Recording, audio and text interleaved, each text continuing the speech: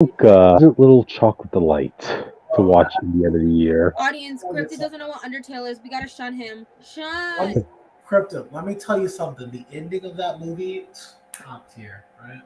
Yeah, and singing that Shun the song, the little non-believer. girl. Oh man, Shun! that had so many feel good moments in it. I agree. I You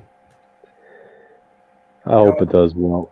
Do you think we're getting a sequel? Oh, I don't know. I didn't watch the movie. I just. Ah.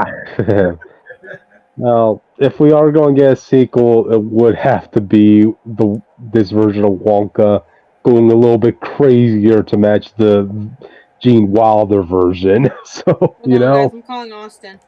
mhm. You know what else is really good? We're just gonna get all the stuff we don't have time for out the way. You know what I mean? So, you know what else is really good?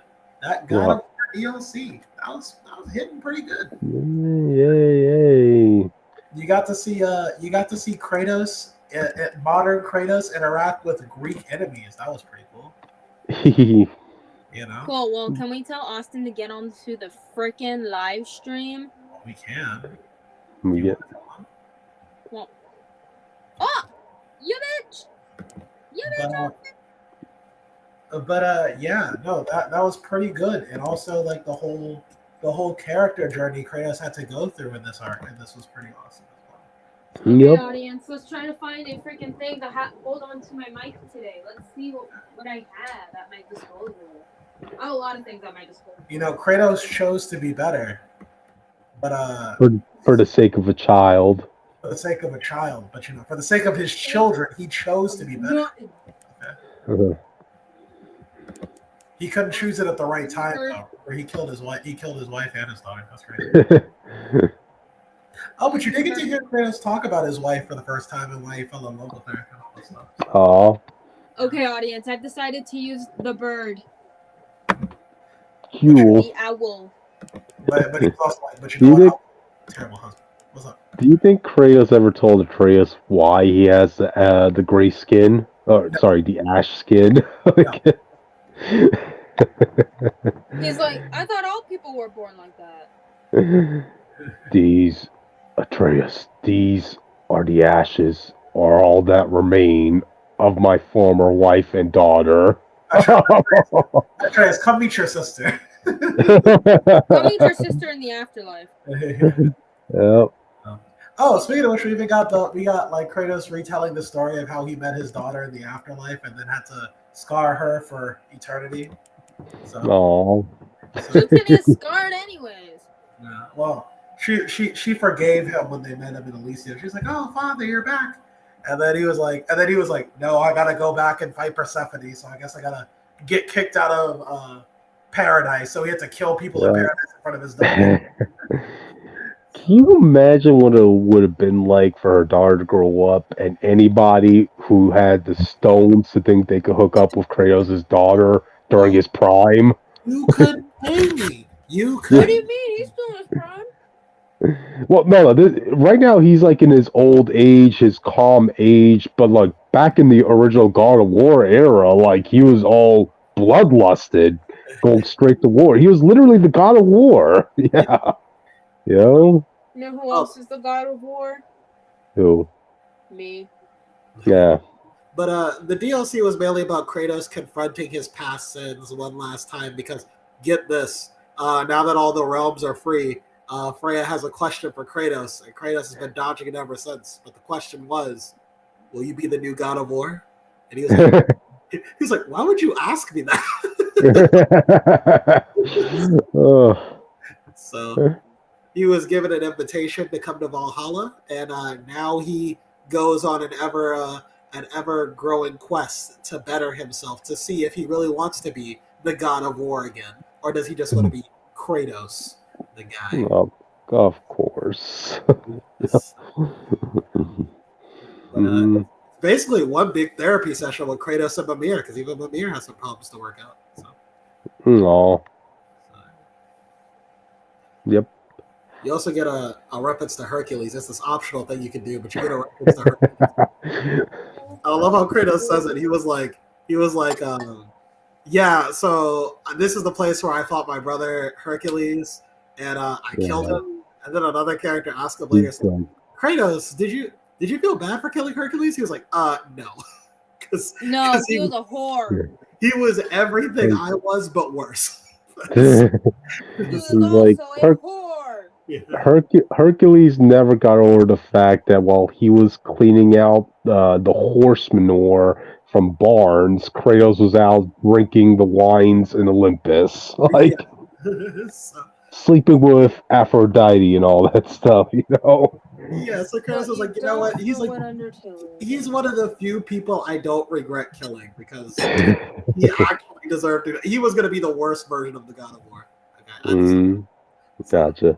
Oh yay, Austin's here. Hey, you finally made it. Hey. Yay. All right. Well, with that, you guys think we should get started? Yes. Okay. All right. Welcome to Comic Phanatic Live. You're here with me, Cryptid Seeker 415. I'm too under the weather to be thinking of a new intro, so. You just did. I am Jake Tylenol, follower of Kratos. Okay. I choose to do better intros every day because I like Krypton. Push me. You know, at least we try. Yes. Ace Comics, awesome. I'm tired. We're gonna leave the open in the witch. I'm Rector, also known as the Witch of Jotunheim. Pronouns they, he, and pandas are the best at animals. And I can't wait to repopulate the entire planet. And together we think about comics and we talk about the news of the week. Okay. Yeah. As well as our socials, which. Shit. Hi, social time. Subscribe to the fucking YouTube channel because I said so. I don't care if you like or dislike this. Honestly, any engagement is good engagement. Yeah, if you want to follow the Twitter for funny memes occasionally and sometimes us bullying Cryptid for being an old man, follow the Twitter at Comic Phanatic 69 because sometimes we post stuff on there, you know. Same with the Instagram, but it's Comic Phanatic 2.0. Sometimes we post things on there. Yeah, no, I will not be able to make a Christmas thumbnail by the time of Christmas. I am too exhausted from working on the 2 Alpha Flight things once. Before I go to my socials, speaking of Alpha Flight, tune in on the 27th to watch my Alpha Flight extravaganza hosted by me, which will be probably over 2 hours, and Jay can't tell me otherwise. Shut up, Jay. Anyways, if you want to follow moi, you can follow me on Twitter at Witch of Jotun with an E instead of a U. You get the idea why.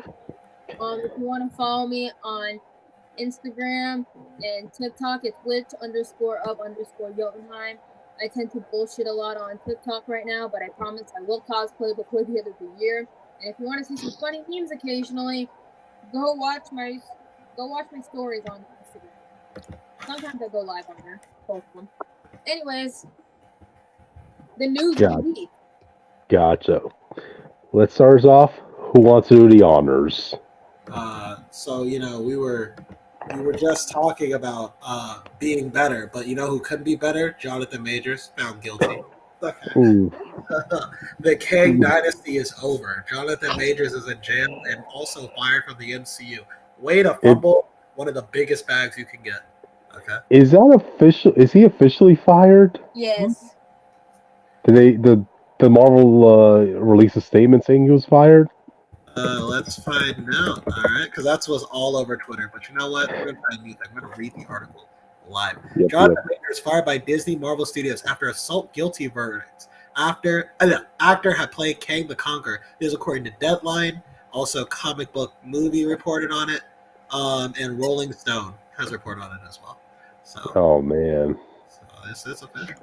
Someone's in trouble. So, what do y'all think is a likely scenario going forward the MCU? Recast Kang or do away with Kang? Honestly, recast Kang. That was a recast. I mean, hey, it's the multiverse. You know, they're going to explain it by saying like, "Oh, this is a different looking version of Kang." You know, it's such a shame because Jonathan Majors was good in the Kang role. He did his best. You guys know I wasn't too impressed with Kang, but I can at least say that Jonathan Majors did have like a lot of diversity within his acting performances, at least, you know. Yeah, I think So what's sad, what's bummed out too is that I feel like, and so this is why I say recast, because I think Loki, for me at least, and I think for a lot of people, I think for some people, I won't say a lot of people, but I think Loki in a direction that I think Deadpool 3 will capitalize on, or at least I hope so. yeah, So I wouldn't throw it all out altogether. So I would hope that they just settle for a recast, call it a day. But hmm but yeah, that's about it. That's why I hope they don't just move on to like the next thing or transcript. So, You don't want to see Doom appear in the MCU ASAP, man? Come on. listen, Doom can appear when Doom is ready. Okay, you don't rush. I hope they do the casting right. hmm Yeah, cast Oppenheimer as Doom. He moved to Japan. So hmm Let's see. Austin, any thoughts on this, man? Austin's sleepy. Not I really. literally have to call him to get him here. Gotcha. Man, this was a lot shorter topic than I thought it was going to be. In Like, conclusion, listen, There's not a lot to talk about. He got fired. They're either gonna just do the thing they want to do with Doom, or he's just gonna be replaced. Either who way, would Mhm. you there's nothing recast? really to go off here. You know okay. I'm not good at casting ahead of time, but who would you cast as Kang? Like who's your new Kang? King Kang. I You know wouldn't that cast him at actor all. who played No. Bishop in the X-Men movies before he got unrightfully murdered? I would Uh, cast him. okay, I don't know what other performances he's done, but I can see that look. Just nobody pops up in my head. I mean, even Jonathan Majors, I didn't know who the guy was until he was casted as King. So, Man, you guys are usually the like, oh, this guy would be great in this role, but the one time I need. So, in conclusion, men ain't shit. But okay. what Alrighty. damn shame Well, don't back. So yeah. Okay, let's move on. Austin, you handle this one. All right, give me a second.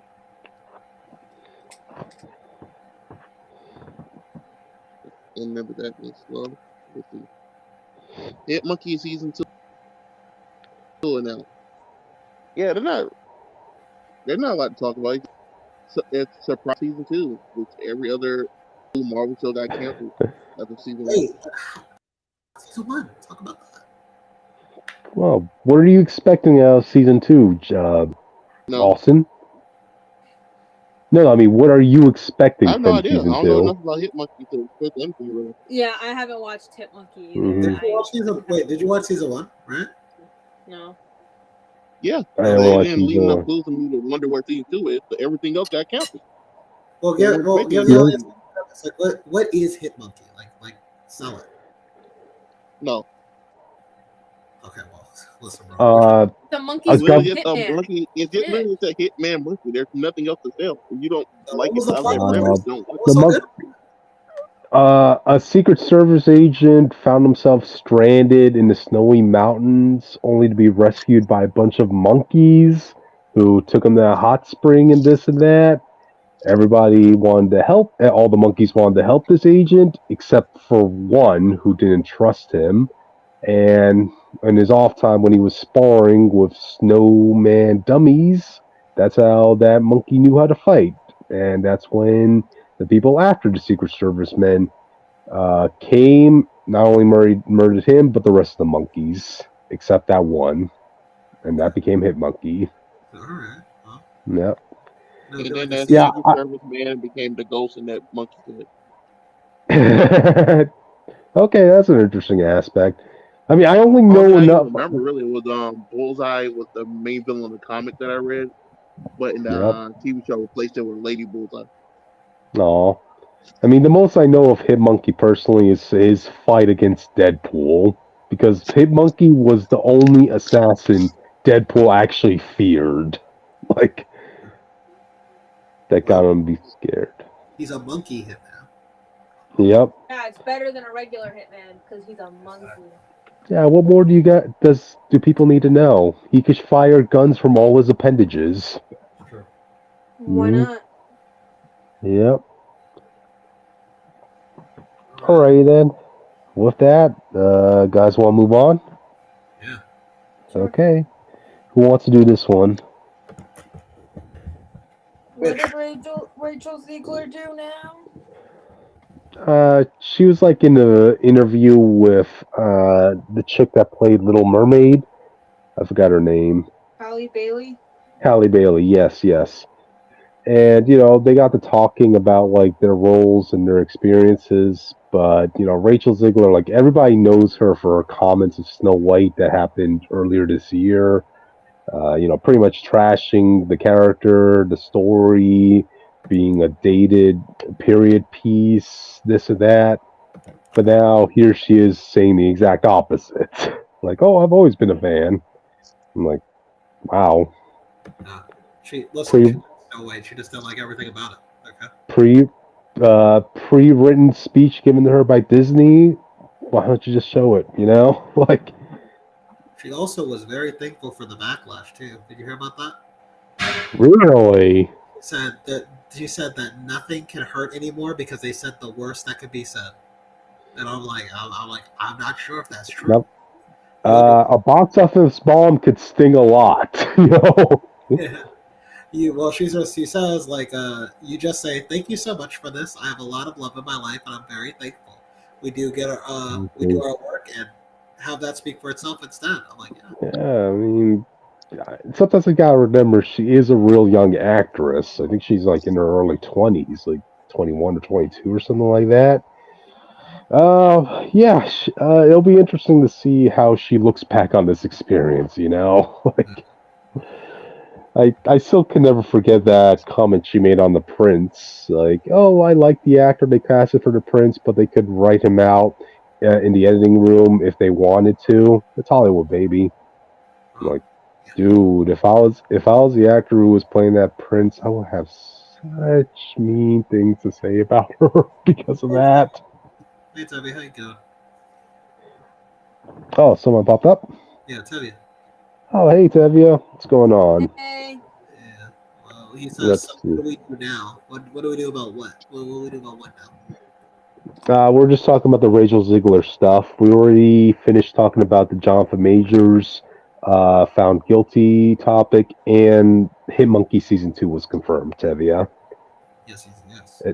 And now we're talking about Rachel Ziegler giving a modern comment on Snow White as compared to what she said earlier this year. Two polar opposites. But all the backlash is pointless. When the movie comes out, it'll be what it is. I don't know, man. This many red flags even before one trailer gets released. Oh no! How do you recover? How do you recover from that? I mean, probably not. They probably won't. But I'm just saying that it's going to be what it is. We'll see. Mm-hmm. If I do go see this movie, and the emphasis on if, I know the perfect fit that I'm wearing. Good for you, man. Good for you. Yeah, I'm showing up as Bill Schoenheit, who's based off of the Evil Queen, because Bill plays. Cool. Okay, Tevye's asking, so what's Marvel's plan for Kang now? Likely a reclass. Yeah. They're probably going with Doom. They were already thinking about going with Doom, and then they got the perfect reason to do it. Mm-hmm. For Snow White remake a movie, I don't really care to tell you. So that's true. That's fair. Listen, bro. I don't know who cares about Disney thingy. Casting choices aside, like the idea from the public about seeing a Disney movie live action version, it's been muddied over the years. Like I believe every one of us at one point made a comment like, "Do we really need a live action version of this Disney movie?" Really? They've all kind of been stale. Most of them anyway. But if you can make a great Disney live action, I'd say go for it. The problem is, I don't think this is the one. Mm-hmm. Gotcha. Personally, at this point, I think. All right, Tevia. Well, you Well, keep thinking. Well, we go to yep. the next topic. The comic news, and this might be interesting for you, Tevia, because I'll take this one. Spectacular Spider-Man comic announced by Greg Wiseman. Oh god, another fucking Spider-Man book. No, but it's You not know what? Spider-Man, not man. Spider-Man. This is going to be This is going to be a book about Peter and Miles. Written by the writer behind the hit show Spectacular Spider-Man. Okay. Does that give you hope? The original title of this story was going to be Spider-Man and Spider-Man. Yep. By the way. Hey, maybe Spider-Man can be funny again. Maybe Spider-Man can be less You want- depressing. You want Spider-Man to be. Maybe him and Miles can have actual Yeah. and people just stop acting like they know each other. This won't be the last time we're going to be talking about Peter and Miles today. Just wait till we get to Miles' book discussion. But damn, I forgot what I was going to say earlier. Peter and Miles getting a book. Yay! Is anybody excited for more Miles content? I don't mind. Mm-hmm. Especially because the internet seems. I don't keep up with the Miles book, but apparently people have been like really positive to Miles lately, and they think his character's been fixed. I don't know much about what's going on with Miles to really make a strong claim. You need to stop reading. You need to stop listening to him.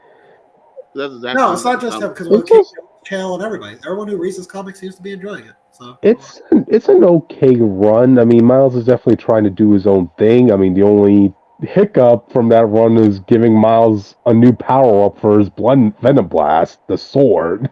You know, I don't even know if it's like the new power itself. It's just like it's so far out of a spider thing.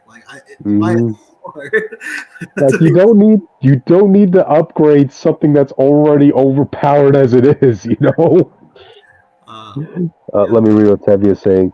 Personally, at this point, I think Disney should cut their losses with Snow White remake. Yeah, it could save them money if they just write it off as a tax off. And yep. Which I am actually happy with Spectacular Spider-Man returning, mostly because this could be better than the main Amazing Spider-Man book, which is a train wreck. Yeah, well, you could have Peter telling jokes in this book rather than being the harsh, cruel joke of his own book. You know? And hey, we won't be seeing Paul, I'm assuming, right? Just wait till that one epic moment happens between Paul and Miles interacting. But I guess what would kind of be cool about this book is Austin alluded to it earlier, but Miles and Peter having a relationship, maybe going through their problems together as opposed to Peter or Miles them on their own and struggling and suffering. That could be like a cool. Yep. Yeah, because remember in that last game. No, it depends. I don't know how you're gonna balance it out. Miles is so far beyond Peter. Austin, did you read the? And you can't be like, oh well, Peter's smart. He's gonna figure stuff out. Peter doesn't have the money or the tech to do most of the stuff they do to try to. Is he still with Norman? Austin. Yeah, no, Norman's kind of evil right now. Austin, did you read that that Miles Morales gang war tie-in? No, and I'm never going to. I told you I'm not reading it. Okay, gotcha. Because like the last time besides this week, right? The last time we saw Miles and Peter interact was Miles, really being a jerk to Peter. You know what I'm saying? Like, you've been ghosting me. You haven't been telling them off, despite them not having their relationship. Yep. And Miles having more power and being able to take care of himself. Yep. He's gonna be like, "Oh, you left me.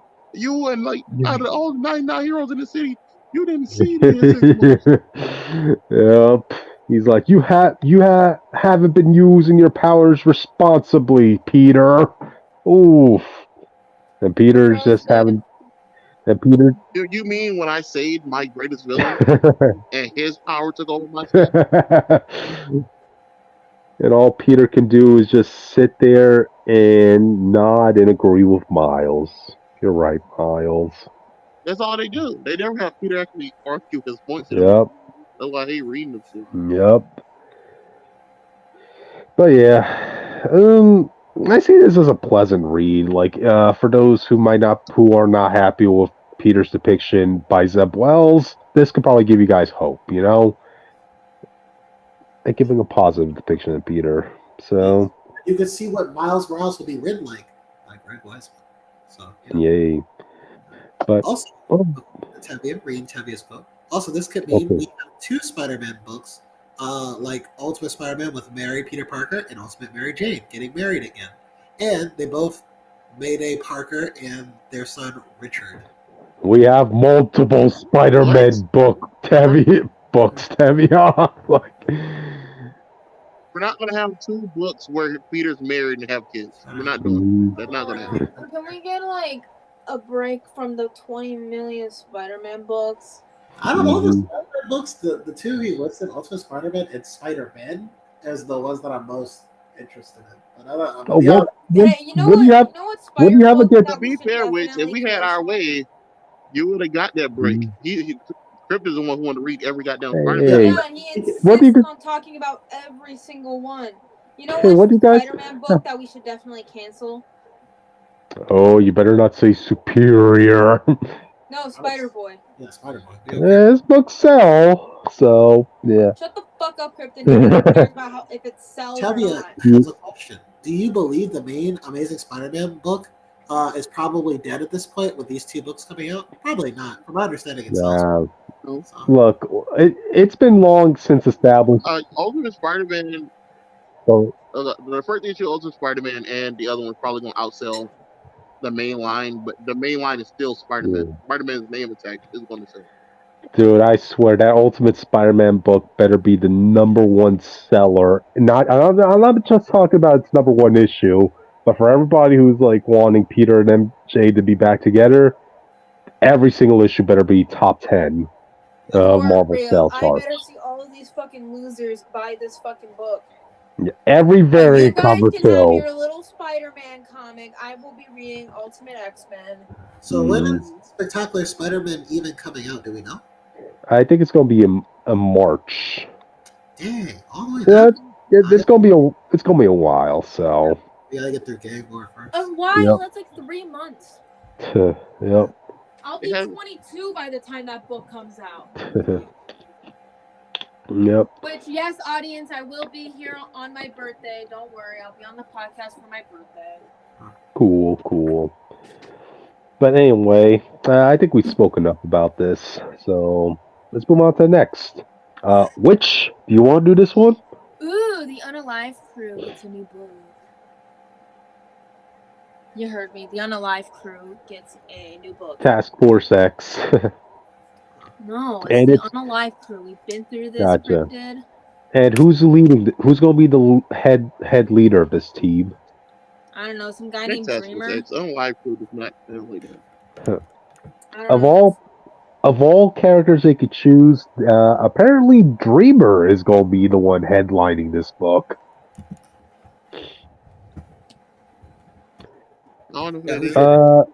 Okay, for the audience that's kept up with the Supergirl CW TV show, they did introduce the hero from the Legion of Superheroes. Well, at least their ancestor, right? Is Dreamer the transgender one? I think she is. The transgender superhero, yeah. Yeah, the one that was originally in the CW show, but then got brought into the comics. Yep. Don't you just love when that happens?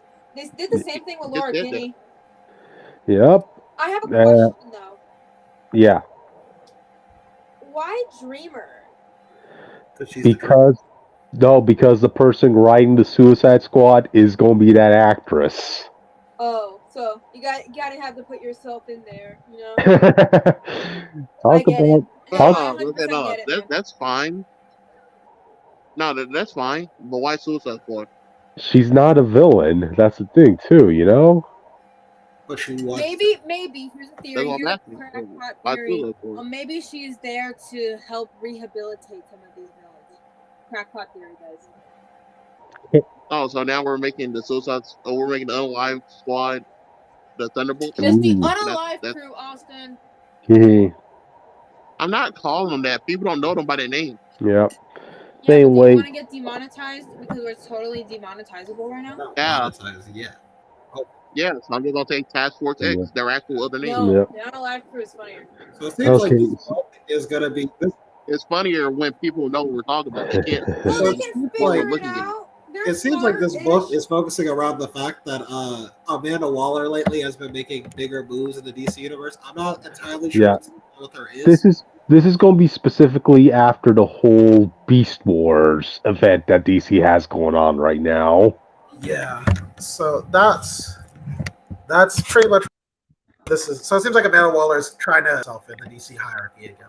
So Yep. connected to that. So, and she figures she could do so by creating a team consisting of Dreamer, Harley Quinn, of course, Harley, Bizarro, Clock King, Deadeye, and Black Ace.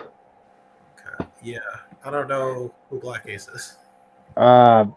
You know, you're going to have some characters in here that are there just to die, you know, Jake? So, as far as this lineup goes, the only one I'm really interested in is Clock King. It seems like, according to Nicole Maines, who is the series writer, I'm really excited to be working with Eddie and Eber to bring Dreamer into this pivotal time in the DC universe. Mm-hmm. It's a very different space from what she's used to. And we're used to seeing her dealing with Amanda Waller. We're used to seeing her dealing with Amanda Waller, and this new Suicide Squad is going to force her to decide what kind of hero she wants to be and what she is willing to sacrifice to save the future. Mm-hmm. Like she might be going. So that means hanging out with the Unalive Crew. Let's go. Yes. Yeah. There you go. Do you guys kind of find it sad that the only person in DC Comics that wants to do anything with Dreamer is just the actress? Well, if she can make it work, she can make it work. I doubt she will, but she can make it work. Like, I don't think anybody's ever touched the character besides her. Like, Yeah. huh. Yeah. I mean, she was in the Pride issue, but I don't know who wrote it.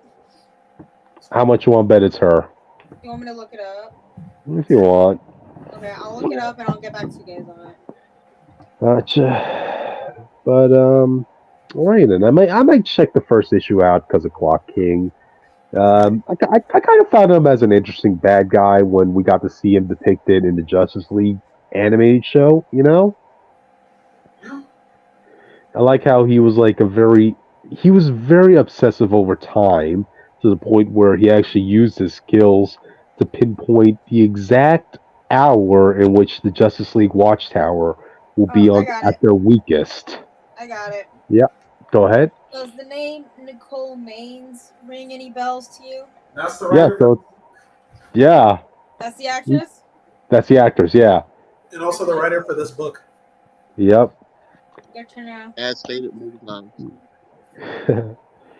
See what I mean? Only she's writing Dreamer. Come on. Other DC writers can do something with her as well, you know? Just don't rely on the actors. Maybe because DC doesn't want to do anything with these characters, so the actors themselves have to do it.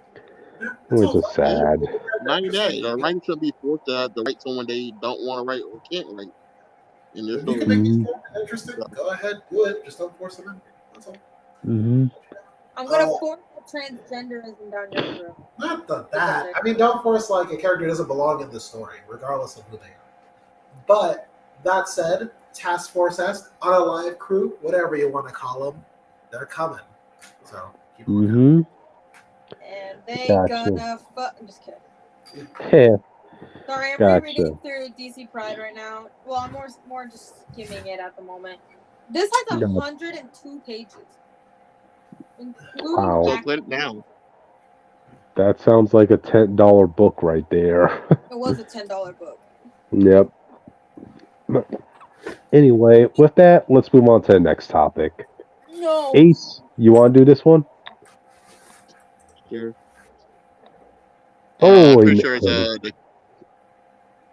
no, I should do this one. Over your topic? Let's. No, sorry. Let me do this one. Deadpool by Cody Ziegler announced. Yay, Deadpool's back.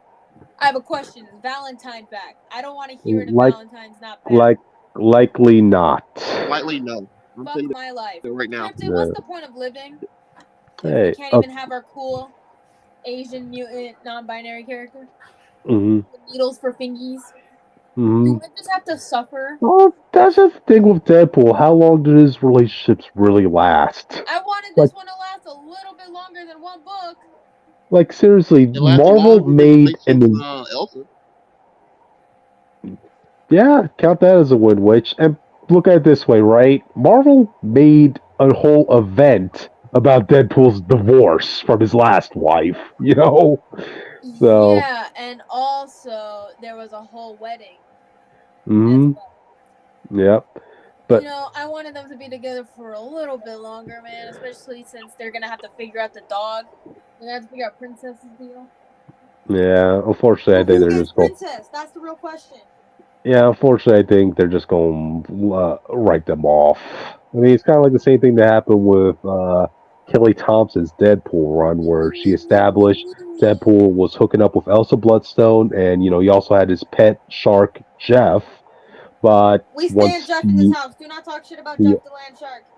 oh, I love Jeff. But when Alyssa Wong came in, she didn't really acknowledge any of that, so they just I moved mean, Jeff on. was hanging out with Gwenpool and a couple other characters, so True. I mean that's one book. He's fine.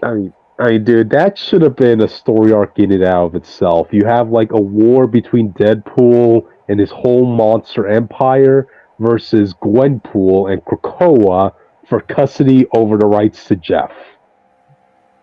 But Cryptid, Yeah, have you not been paying attention with what's happening in the X-Men right now? but no, I mean, this was a To be storyline that fair, should have when that happened happened, years I would have ago. thought the X-Men wasn't going on.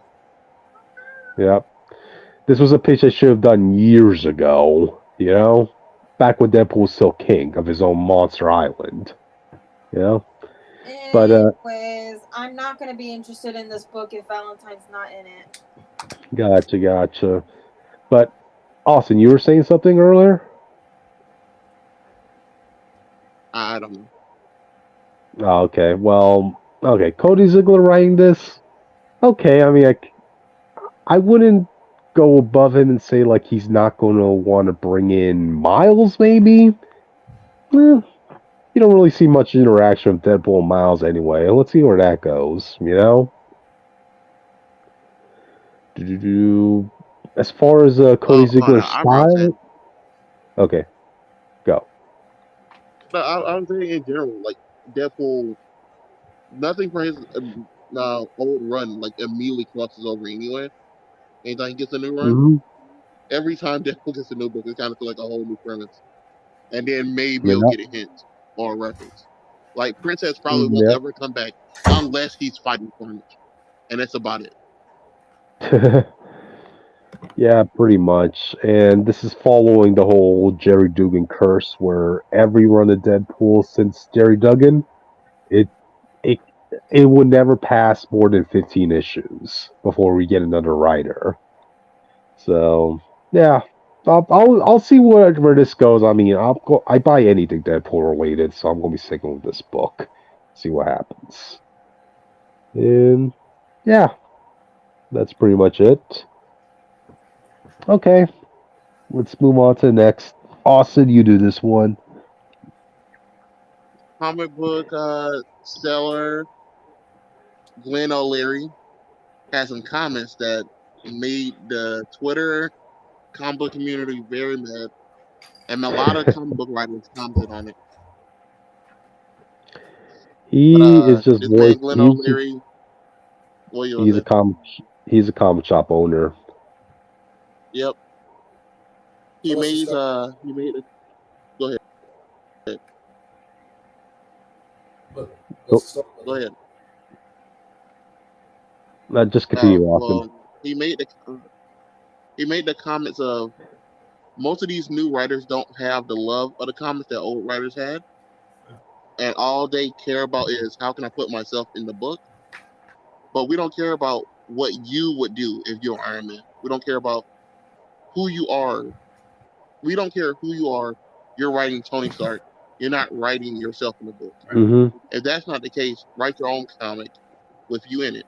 No one will read it because no one cares. People grew up loving Peter Parker, loving Miles Morales, loving Captain America.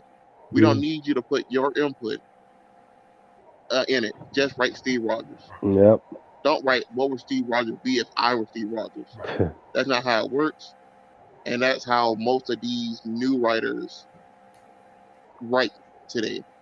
That's why most of the stuff is shit. We don't care what you would do because we don't care about your life whatsoever. Mm-hmm. Just write the book, get paid for what you're supposed to be doing, and make a good story. Oh, I mean, coming from personal experience, he's just voicing something that a lot of comic book shop owners I've interacted with have all voiced too, you know? Because ultimately, at the end of the day, retailers are the ones selling these comics, you know?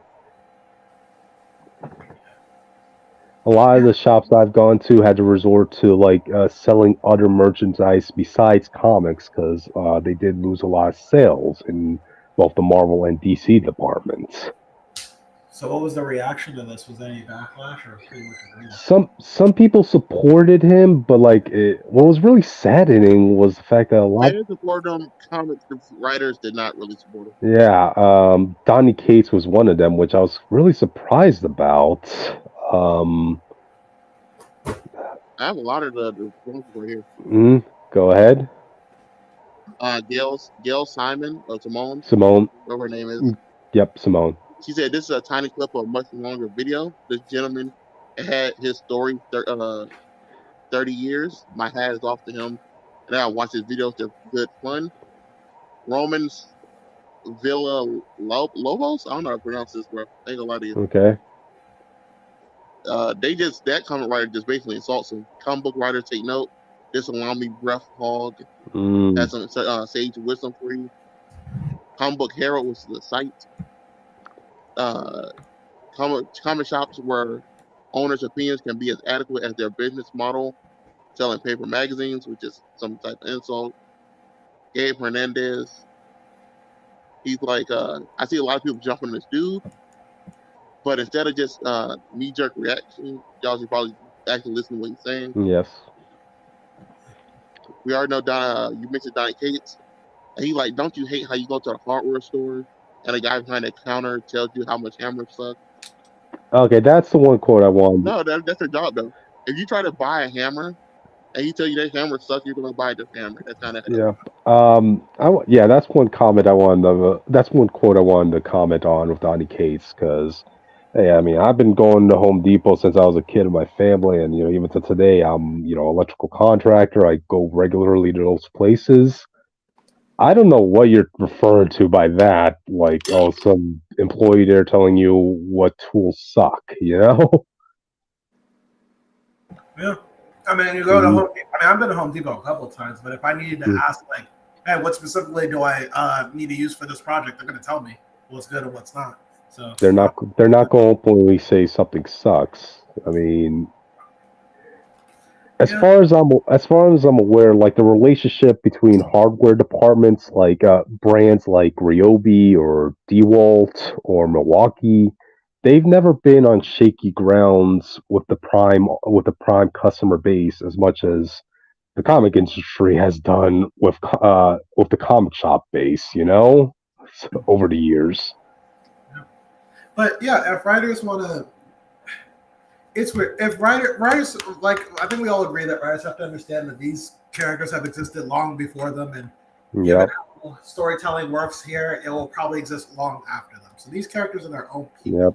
But what you can do is you can have like you can put Captain America maybe in a similar situation to what you went through, but you have to be like, how would Cap deal with this? Essentially, as opposed to how you would deal with this. I think that's a good compromise. Yeah, you can't be Tom Taylor, who's like, oh yeah, when I wrote Batman, I wrote him as me and my wife as Catwoman. Right. Oh, that was Tom King. Yeah. If you're talking about like if you're talking about self-insert, like Tom King for the better part of his early years, he was all about that. He made every character, every book he was writing, somebody had to be depressed, somebody had to talk about poetry, somebody had to have thoughts of suicide in like all his books. Like, dude, yeah. Yeah, and I get it's hard because like you have to find again, it's finding that thin line between like wanting to express yourself, but also needing to understand that it's not you. Hmm. So I think like that, I can understand why that might be hard for writers, but it's something you got to do. You gotta learn to get over it. So I think like the best thing to do is like, uh, like again, just put them. Maybe you can put them in a similar emotional scenario as what you want to say, but they have to deal with it in a way that is appropriate to their character. Yeah. You know, I mean, you gotta also remember, like, when you go onto a book, there's already a pre-existing audience, a fan base for that book. You know, so you. While I understand creative freedom, you have to also cater to selling this book to that fan base as opposed to doing something that might turn them away. You know. yeah, and like Hmm. It's a fine good to take writer who, risks, but if you're gonna take risks, you need to recognize that's what you're doing. Don't Hmm. take a risk and then get mad that people don't like your book. Hmm. and a good writer who's good at like adapting things, or a good comic book writer will know how to do that. They can make it work. Hmm. Yeah. Which At is the end I of the think the day, whole worst part is the people who just are attacking his appearance for no reason. Because other than yep. like some of the characters, he's been but the Captain America point was great, like spot on. We thought about it multiple times, Oh yeah, but definitely. most people who write Cap immediately put their politics into Captain America, and that's why Hmm. Captain America is like drastically different from run to run. One day Yep. he'll go believe in a And dream. They be like, America's a virus. We have to get out of exactly, and look what Marvel did over the years. They realized, okay, yeah, there's something going wrong with our approach to Cap. So let's grab an old school writer who did really well of his portrayal of Cap and have him write the book. And that's been going by good so far. you can give Cap a political challenge, but he has to deal with it his own way. here. Yep. So yeah, Yep. Yep. And you could tell a Like story Craig about said, his past. You could tell a story about his past that doesn't involve slandering his legacy. Like, um, but yeah. As far as the response goes, yes, I was very saddened to see like everybody attacking this guy personally for you know not just his appearance, but even going as far as to say he's racist, or even even the comic book creators, certain ones of them that are supporting this guy are racist themselves. And oh, come on, really? Yeah. what's about stories like these? It's like you never hear these people that do that ever like reflect back and think, maybe I went too far there. You know what I mean? It's never like they never come back later and be like, you know what, I was out of line. I'm sorry. Like you never hear that kind of story. It's always like we insult Hmm. him, we ruin his emotion, we ruin this person's emotional state, and we just kind of forget about it. I'm like, damn, that sucks. Hmm. You know? Exactly. Comic shops are just like any business. Yeah, businesses all over the place are struggling. We need to support them now more than ever. Yeah. Hold a sec. Let me bring Austin back. He left us. Oh, okay. Austin, you're back. Y'all still talking about the topic, or do y'all move on? No, No, we're still talking about him. Yep. It's just weird to see which comic writers have like the biggest reactions, or like the ones who don't really do this, or at least it doesn't seem like they do this. Like you said, Hmm. Donny Cates, Ryan Higgins for Supermassive stuff. He had a response. Was it a good or And bad response? I forgot. I'll read it. He actually feels bad for Glenn at Comic Book Palace. He wonders if the guy understands how many CG nutcases are going to contact him about carrying their shitty comics. Yeesh. So he basically talked about this dude's about to get emailed by all these writers who assume he's talking about them, which kind of proves his point. Oh, still like your books, Kyle Higgins. Like. But yeah. Any other thoughts on this subject, guys? No. Nope. Mm-hmm. All right. is what it is. We all want comic book shops to thrive at the end of the day. No matter, that should be the moral of this. If there is a problem with the comic book industry, I think person who actually runs a comic book shop will know better than anybody else. Yeah. So, alrighty then. With that, guys, we're done with the comic book news. But we're not done with America, ain't that right, Krypton? Oh yeah, Kill me. Unalive Captain right now. Captain America #4. Yay! Back to America time. Now that cured my little cold going now. Let me see. Let me just bring up that comic again. Just get a fresh review.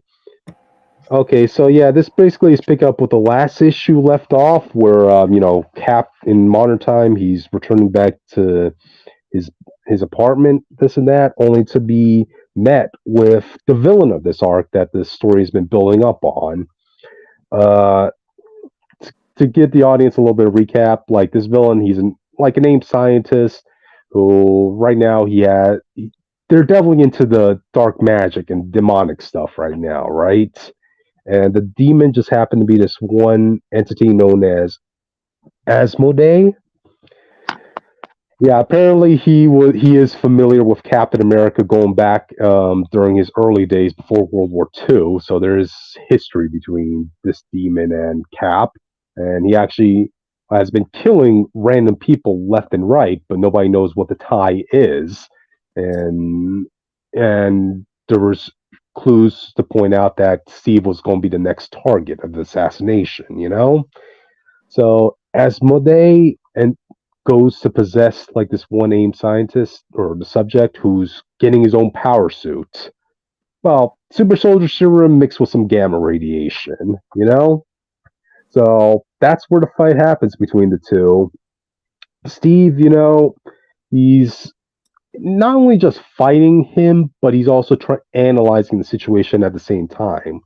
Noticing that like he relies on his power rather than him controlling that power, which to him shows that like he just got all these power upgrades and this and that. Okay, aim for the legs, the weak point, the bad stances. Cap is getting the hang of it up until this guy freaking turns into Mephisto over here. He starts engulfing himself in flames and has a demonic head going on. This is unprecedented for Cap, as he's dodging the flames. Unfortunately, he gets cornered. He gets shot at by Hellfire. Thankfully he's blocking it with his shield, but the impact was just so much that it actually tosses him over the river. And this demonic this Hellfire was enough to actually heat up the shield. Which, oh wow, talking about serious stuff. But that's when we cut back to a flashback, to the 1930s. Well, specifically 1939, right? You have Heinrich Zemo and Strucker in the United States. They're conducting their plan because this is before World War II, right? This is when the Nazi sympathizers and rallies were happening in America. Nazis have been trying to sway America to join their side against, the opposition, specifically the Jewish community. And all this time, we've been led to believe that there's this plan that's being orchestrated by Zemo and Strucker that involved Madison Square Garden. And this is when we find out what the plan is. Correct. There is, yeah. Tevia says, I thought S.H.I.E.L.D. was disbanded. No, I'm talking about Cap's actual S.H.I.E.L.D. Years now.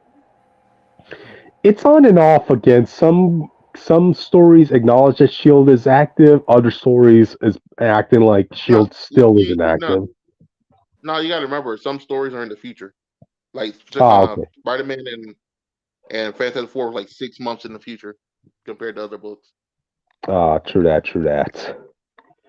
But anyway, aside from the future, we're talking about the past. Okay, so it turns out Strucker and Zemo's plan was actually to cause a scene in the Nazi rally in Madison Square Garden. What they plan to do is ignite a bomb amidst the Nazis so that the whole country could see that this Nazi rally just got bombed in a terrorist attack. This would sway public backing within the Nazi side and have America join up with them for the upcoming war. And Zemo's like, Why would you yeah, want to side with Nazis? no, this is before everybody knew the Nazis You were do know evil. that America was going to join them at first, right? Which they like real history. hmm This was before everybody knew that the Nazis were horrible, horrible people. You know. People hated the Nazis before it was cool. We weren't one of them. Okay. Hey, we learn from our past. But anyway, like Zemo is over there saying, "Yeah, it's a tragedy that we're going to lose so many well able-bodied young Nazi youth, but it's going to be for a good cause." Like, Good God cause with a gay ass. yeah, you're like, God damn. Can you expect a Nazi to behave any differently than Zemo is here? You know. Mm. But anyway, while this is going down, you have Steve Rogers, right? You have this construction going on in this building, and you have Steve Rogers there working, and dude, he is working himself to death, man. Like, with all the medical conditions he has, he's keep in mind he still needs to pay rent. Likely, he had to drop school at this point. He has to work a full-time job or find whatever jobs he can get. He's struggling to lift up the bricks, but he has to do it because he has nobody else. He's just him against the world at this point. And correct me if I'm wrong. Like Steve, before he had the serum, he's like the weak guy, like in the movies, right? Like he's Correct. Yes, he has a whole bunch of medical conditions. Actually, they state all the medical conditions he has in this. Okay, but let me get to that. When Steve was done for the day, he was walking, right? Walking back to his apartment, just counting the steps. Come on, Steve. Come on, if you could. Just a few more steps, man. Like, he wants to fall down because that's how his body's is telling him to do it, because he just overworked himself. And keep in mind, the apartment he has is just a closet. That the landlord, was persuaded by Steve's friend to, like, if to use as a room for Steve. So, you don't have a kitchen, you don't have a bathroom. You're like, damn, this is really the bottom of the barrel. But Steve couldn't even make it to his room. He passed out. About, bro? He got a bucket. He has a bucket, and he has like there's a bathroom quarters down the hall, But anyway, Steve passes out. He falls down, and then he wakes up surrounded by the women of the apartment, who took a liking to Steve for sticking up to those Jewish people from the Nazis. They all got into bed, and thankfully one of the tenants in this apartment is a nurse. So she's looking at Steve, telling him, "No, we're going to have to do this. We're going to have to do this a weekly. You're going to have to be coming here on a weekly basis, young man." And while everybody leaves, that's when she looks at Steve and saying, "Okay, now tell me the truth. What have you had before? What are your conditions?" And that's when Steve says, I've had asthma, scarlet fever, rheumatic fever, heart palpitations, nervous trouble, bone deformity, scoliosis, high blood pressure, anemia, partial deafness, and astigmatism. I can't even pronounce that. gotcha. Yeah, he even has diabetes. Wow. Damn, this woman is like, good lord. Yeah, someone must really want you dead, But she's just telling him, look, you passed out because of malnutrition. I want you to pay a visit to me every week. Dude, you can't keep doing this to yourself. I know you have to work hard. I know you have to survive just like all of us, but you're still human. You could take a rest, And that's when we get to modern day where you see Steve. He's recovering from his fight against Asmodi, and he wakes up at a hospital to see that Sharon Carter is in front of him as he's in a hospital bed. She's like saying, "Oh man, Steve, 3 dates, three of which got canceled, and this is how we had to finally meet up." You know? Sorry, Sharon. It is what it is. There's never Like, a good time.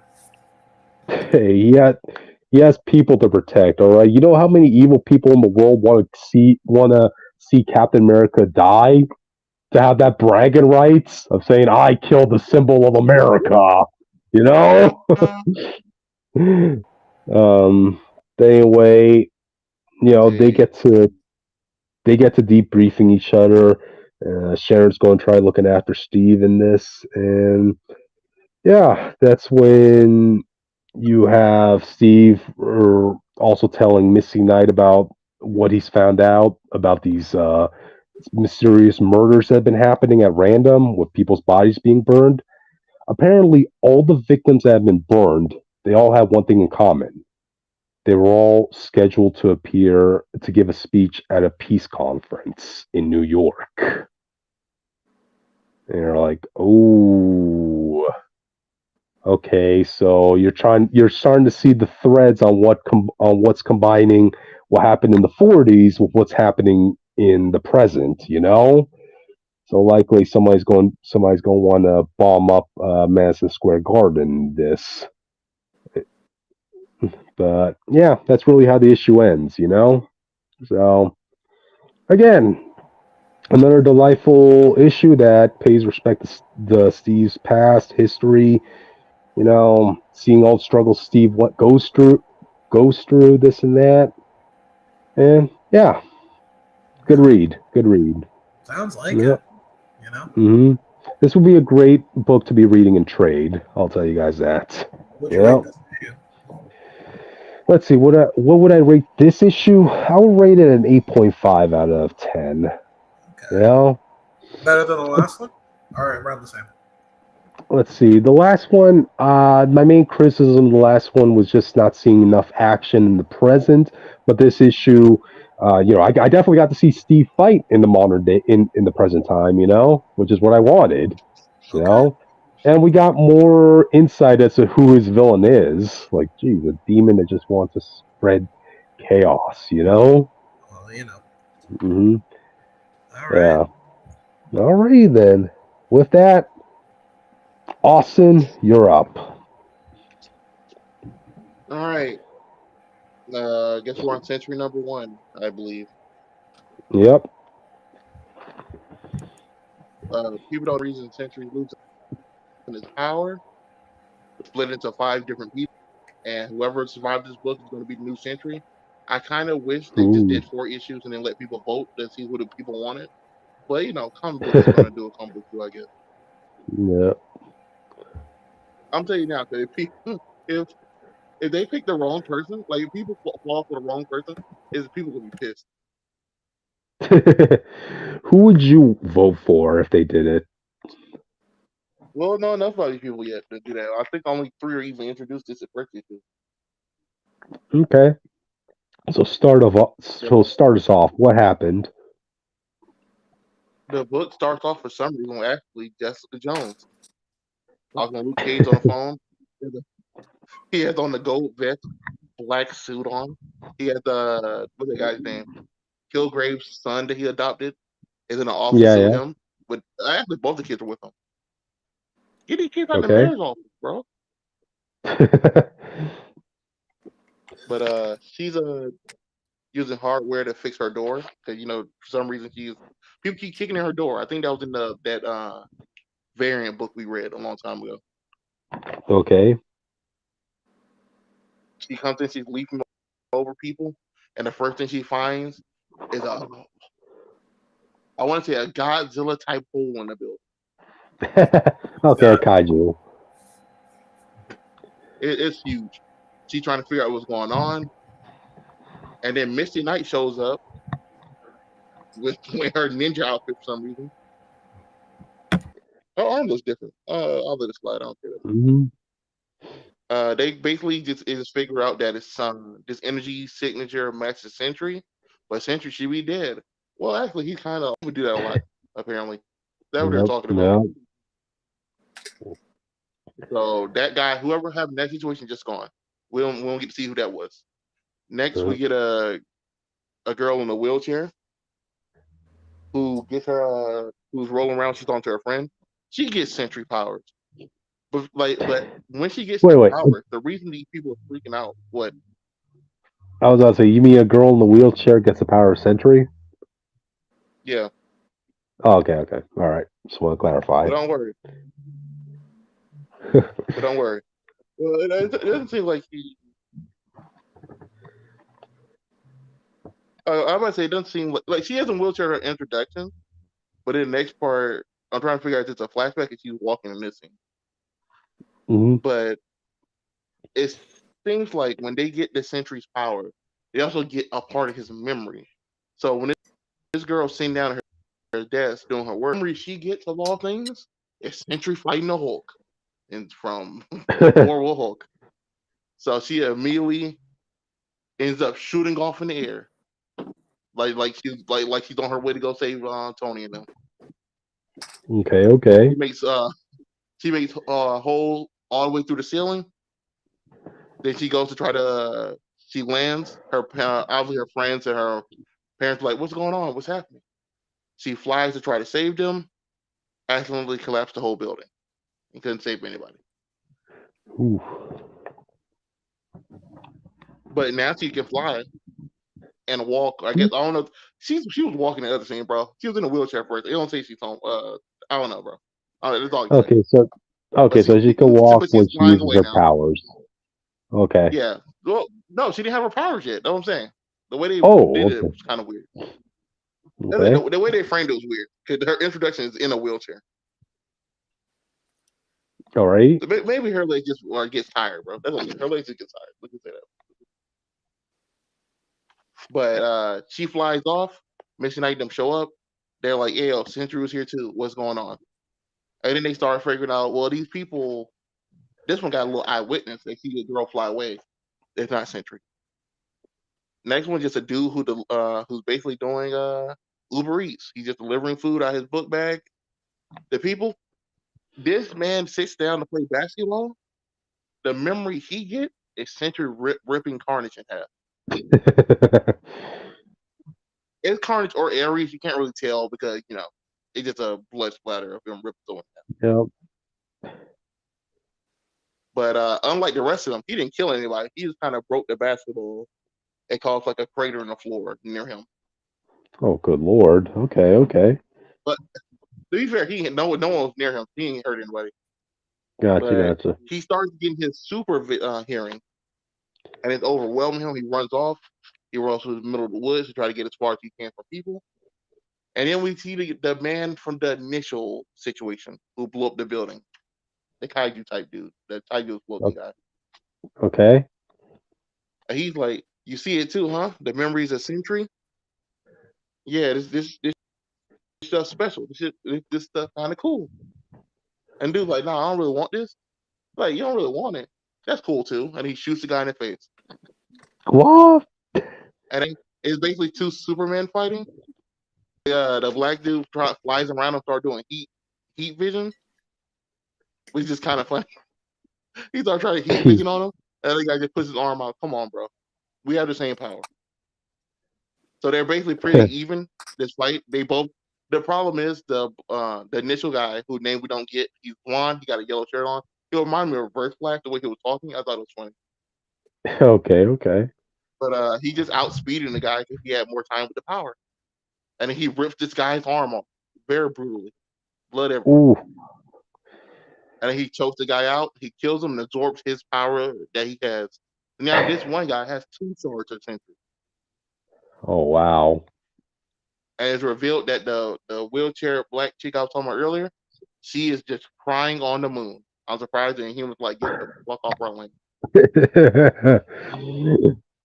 Yeah, if I was the Inhumans, I'll be like, Yay, visitors at long last. Marvel, please remember that we're relevant too. But that's kind of where it ends. We don't get two people, so I can't really say who I like refer as Sentry. Mm-hmm. Some people thought there was Marvel way of copying the Shazam family. Like, no, half these people are everyone's gonna die. It's literally a competition to be who's Sentry. They literally said that for them. Nah, it sounds like, at least from the first issue, it sounds like the reverse take of the Shazam family. So you introduce all these people If when he you kill shared them his all. family, Yep. if he shared his power, if Billy shared his power with his family, and then when they're like, but we want all of the power.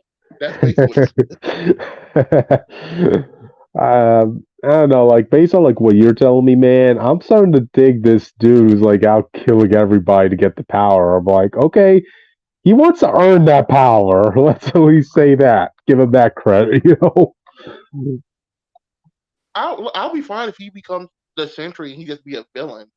Uh-huh. Because with the writer who writes Avenger and stuff now, I trust him to find a way to beat that guy. That's legitimately. I don't want no bullshit. So Yep. I'll be interested in them fight the evil Sentry. But most likely, if you go look at the cover, now that we know what 3 of these people are, on looks, the black girl who in the wheelchair chick is the one on the middle, in the middle on the right. The guy all the way in the back is the black dude who died, and I believe the guy in front of him is the one who's killing people with their powers. So we're missing the main girl in the middle and the guy all the way to the right. Okay. I still think the girl who kind of got the rogue outfit on is going to be the one who wins.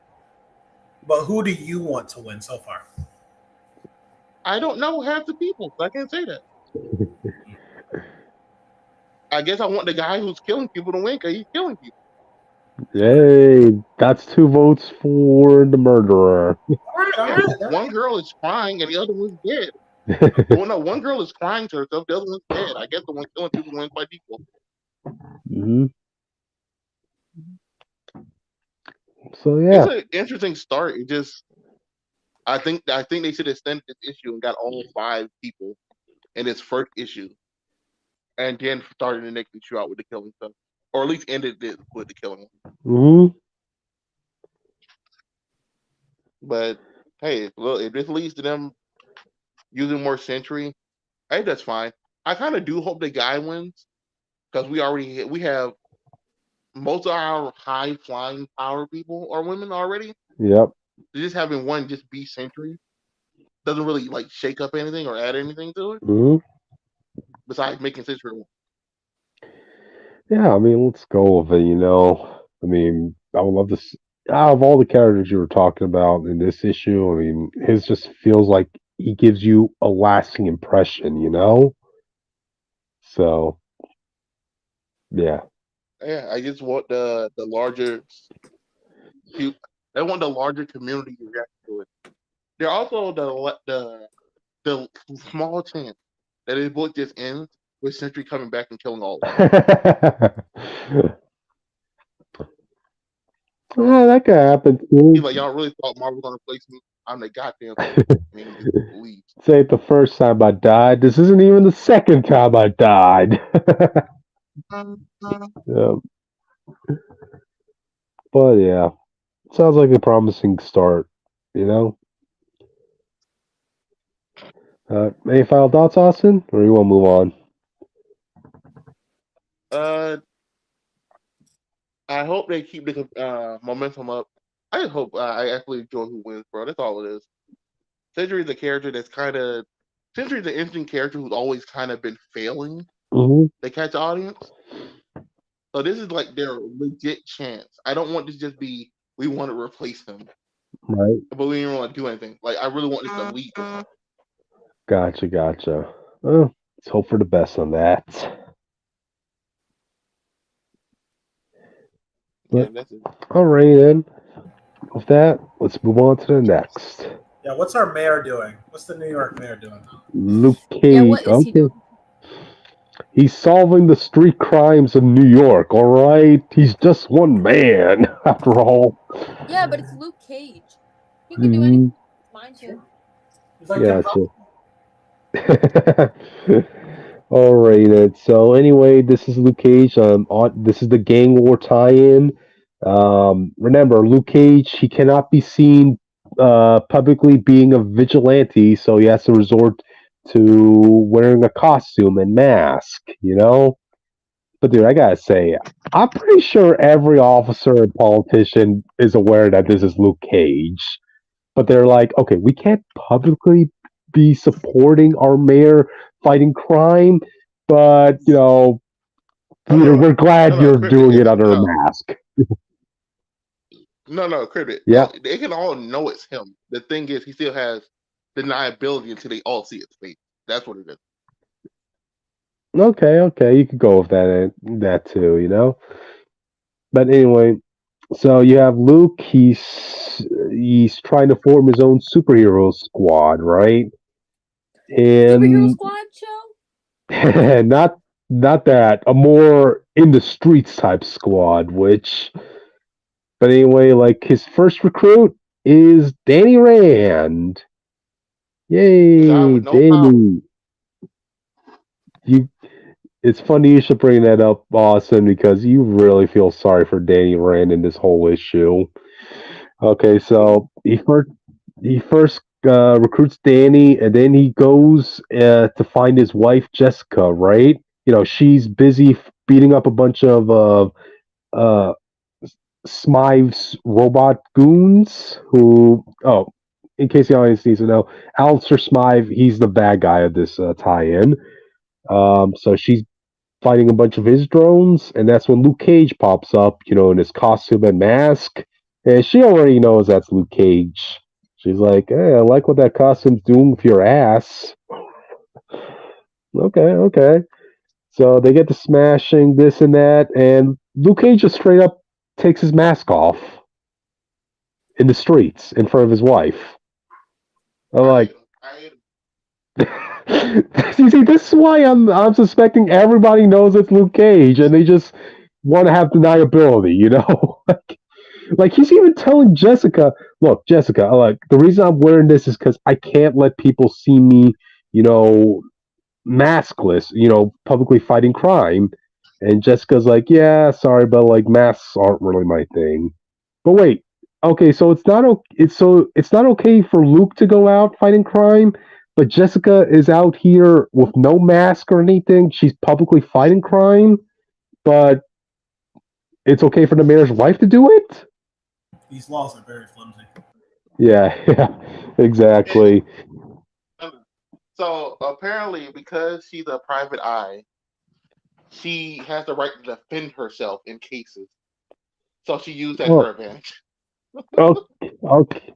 You see, Austin, you did more work in providing an answer than this book did. So, you That, know. is that was like a random line they just had in that variant book we read that one time. Okay. But anyway, as this is going down, they go to Striker Island where Alistair Smythe's drones are assaulting the officers. They really can't handle all their high tech weaponry. So that's when Luke Cage pops up with Danny Rand, Jessica, and Cloak and Dagger. And you have Luke Cage, he's giving orders, right? He's like, say, Cloak and Dagger, you Wait, take the left. wait. Cloak and Dagger are here? Yeah, they popped up in the last issue. Luke Cage recruited I, them. I, I, I remember you said so. It just didn't occur to me. I like how they just show up when you need a supporting cast. Like they refuse to write them in a book. They refuse to give like a huge story. But you need like the extra supporting cast. Like get the Cloak and Dagger somewhere around. You need a filler, man. You need a filler. But man, you have this shot of all of them, like running towards the scene, right? But you have Luke giving the orders, like say, Cloak and Dagger, you hit the left wing. Jessica, you hit the right wing. I'll hit the center. Uh, Danny, you cover my rear. And then Danny's like, if I had my iron fist, like. This book multiple times reminds you that Daniel Rand is no longer the Iron Fist, because he's literally the only one in this group that has no powers. That's I'm funny. like, oh man, That's not funny at all. He lost his powers because yeah, casuals couldn't take a white man having kung fu power, knowing kung fu. yeah, yeah. All I you like in the your inter, faces. all you in the internet. Are you happy? Are you happy? Iron Fist is an Asian guy, and what's left for Danny? No, seriously. Yeah, I don't know. Maybe he the can Iron Fist, the actually Asian learn guy the who martial people don't art want to write and about, pick up a and the different. actual Iron Fist doesn't have. You know, there's many martial arts he can learn out there, right? You know that. Well, I mean, Danny tries saying, Yeah, well, that's the problem isn't the fact of martial arts. He can learn any martial arts. The problem is his power is tied to this city that people don't want him connected to. yep. Yeah, well, he could suck it for all I care. Ah, boo. Like he's even like saying Yeah, like I still have a black belt of martial arts. Danny, it's okay. We know you cry yourself to sleep after what happened, dude. So he tries his best. Has You he know, ever he, tried? Has he considered therapy before? hmm. Superhero therapy? That's good. Everybody who was trying to cancel him needs therapy. Maybe That's he my could go stance. to, No, Cryptid, you need therapy. Boo. maybe go to Doctor Strange and he can get like a magical upgrade that's not tied Yeah, into offensive, I yeah, guess. something. Doctor Strange has been dead. They had to deal with his wife, and I don't think a lot of people don't know he's back. Well, not Strange per se, but I feel like the Sorcerer Supreme. I mean, you must have some connections, right? Gotcha. You can No, literally go the to Sorcerer any Supreme would be magical clear. person. People don't want to deal with it. But anyway, No, you don't. Don't go to any magical person. That would be terrible. I want to Go to Scarlet Witch any to help you. magical person, because I said so. okay, but anyway, while everybody's smashing the robot drones, Danny Rand's trying his best. Like, he manages to pick They're having sex with robot clones? drones. They're smashing them. Yeah. Okay, so, oh, damn. They all are in Striker Island. They're trying to find Smythe, and Danny's like, "Don't worry, I'll find Smythe. Come on, I gotta do something for the team at least." Like, he he separates from the group. He's going up the stairs to find Smythe while everybody else is dealing with the drones. And, he's dodging some lasers at least, saying, come on, I at least still have some flexibility. And luckily, he does find Alistair Smythe, right? And, he has a couple of his drones, but Danny Rand's like saying, don't worry, I got this, only for Alistair Smythe to shoot him with a laser and knock him out and take him as a hostage. Yeah, are all of y'all happy? Is everybody wanting to cancel this man happy? Yeah. So there you go. So the group comes in. They're trying to get Danny back. Alistair Smythe activates one of his self-destruct buttons, and so he could get away. And Jessica grabs Danny Rand bridal style, and they all escape from the explosion. Yeah, yeah. I hope you all are happy. Yeah. Okay, so anyway, you have Luke Cage coming back to his office, like trying to get his thoughts together. So what happened? Apparently, Danny's now going to be in the hospital for a bit of a time, and that's when Alistair Smythe brings in one of his giant spider slayers. He's like saying, "Oh, the game isn't over, Mayor Cage. If you're wondering how I concluded you were the hero who disrupted my plans, just know it was through one whose respect you've lost." Yeah, apparently somebody read it out to Smythe that Luke Cage was the mysterious vigilante attacking him. But yeah, okay. Yes. Oh, and also, so, Mayor Cage, since you helped destroy my workplace, I think it's fair I return the favor, as he has 3 of his giant spider slayers hovering above the mayor's office, with Luke Cage saying, "Sweet Christmas." He said the thing. That's how the issue ends. Shed a tear for Banny, audience. Feel sorry for that guy. Why is he still doing Spider Slayer things? I understand the Spider Slayer when you're fighting Spiderman. Mhm. Can I get some variety? Where the Luke Cage Slayers? Well, they're not like in the shape of spider bots. They're just like, to be honest, I thought they were sentinels at first, because that's how they are drawn as. But Oh, so now he's just being uncreative. He's like, well, I made a different robot. I'm gonna call it Spider. hey, I made robots to destroy a Spider-Man, but I need to make robots to destroy a Power Man. I mean, it wouldn't surprise me.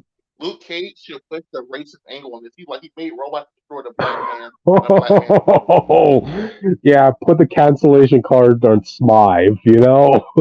You ain't just gonna be arrested, you're gonna be canceled, man. Cryptid, I'm canceling you. Yeah, I have no platform besides this, which, so good Yeah, luck. exactly. I'm gonna cancel you on here. Excellent. Anyway, that's how the issue ends. Well, I think it's time Luke Cage gets a day off. But until then, maybe Wish would like to talk about someone else's day off. You mean his multiple days off? Because now I have an excuse to talk about manga on here because I don't really talk about manga on here, which we really should start doing that. Anyways, I'm talking about Mr. Villain's Day Off, Volume 1. I heard Volume 2 is out. I just have not been able to go pick it up because I don't know if it's not any store that I go to buy books. Anyways, so basically, it's about this guy who is the elite leader of an evil league. Basically, his ultimate goal is to destroy all of humanity and claim the Earth as their homeworld. Typical villain stuff, but sometimes he just wants a day off, And so, what does he do on one of his lovely days off? Well, he goes to the zoo. And you know what animal he goes to see specifically? A giraffe? No. A hippo? A No. lion. No. Okay, what is it? The panda. He likes pandas. He likes Kung Fu Panda? Yay! So anyways, he really likes pandas, but he doesn't really like show it, but he really does like pandas. But, it's kind of crime. You could be an evil villain, and like cute things. Yeah, look at me. And you know what? Even if it was a crime, who cares? He's a villain. He breaks the law anyway. Exactly. Anyways, so there is a group of heroes that are trying to stop him. I don't know. Look at the silhouettes of these knockoff Power Rangers looking motherfuckers. I don't know. That's rude. Wait till you see them. Anyways, so he's just walking around the zoo and he hears someone say like, "Excuse me, you're from that evil league, huh?" And so the villain is like, "Ah, crap, it's that red-haired guy from that one group of heroes that want to take me down." And he's like, "Yo, it's my day off, man. I don't want to fight you. Like, I have no reason to fight you.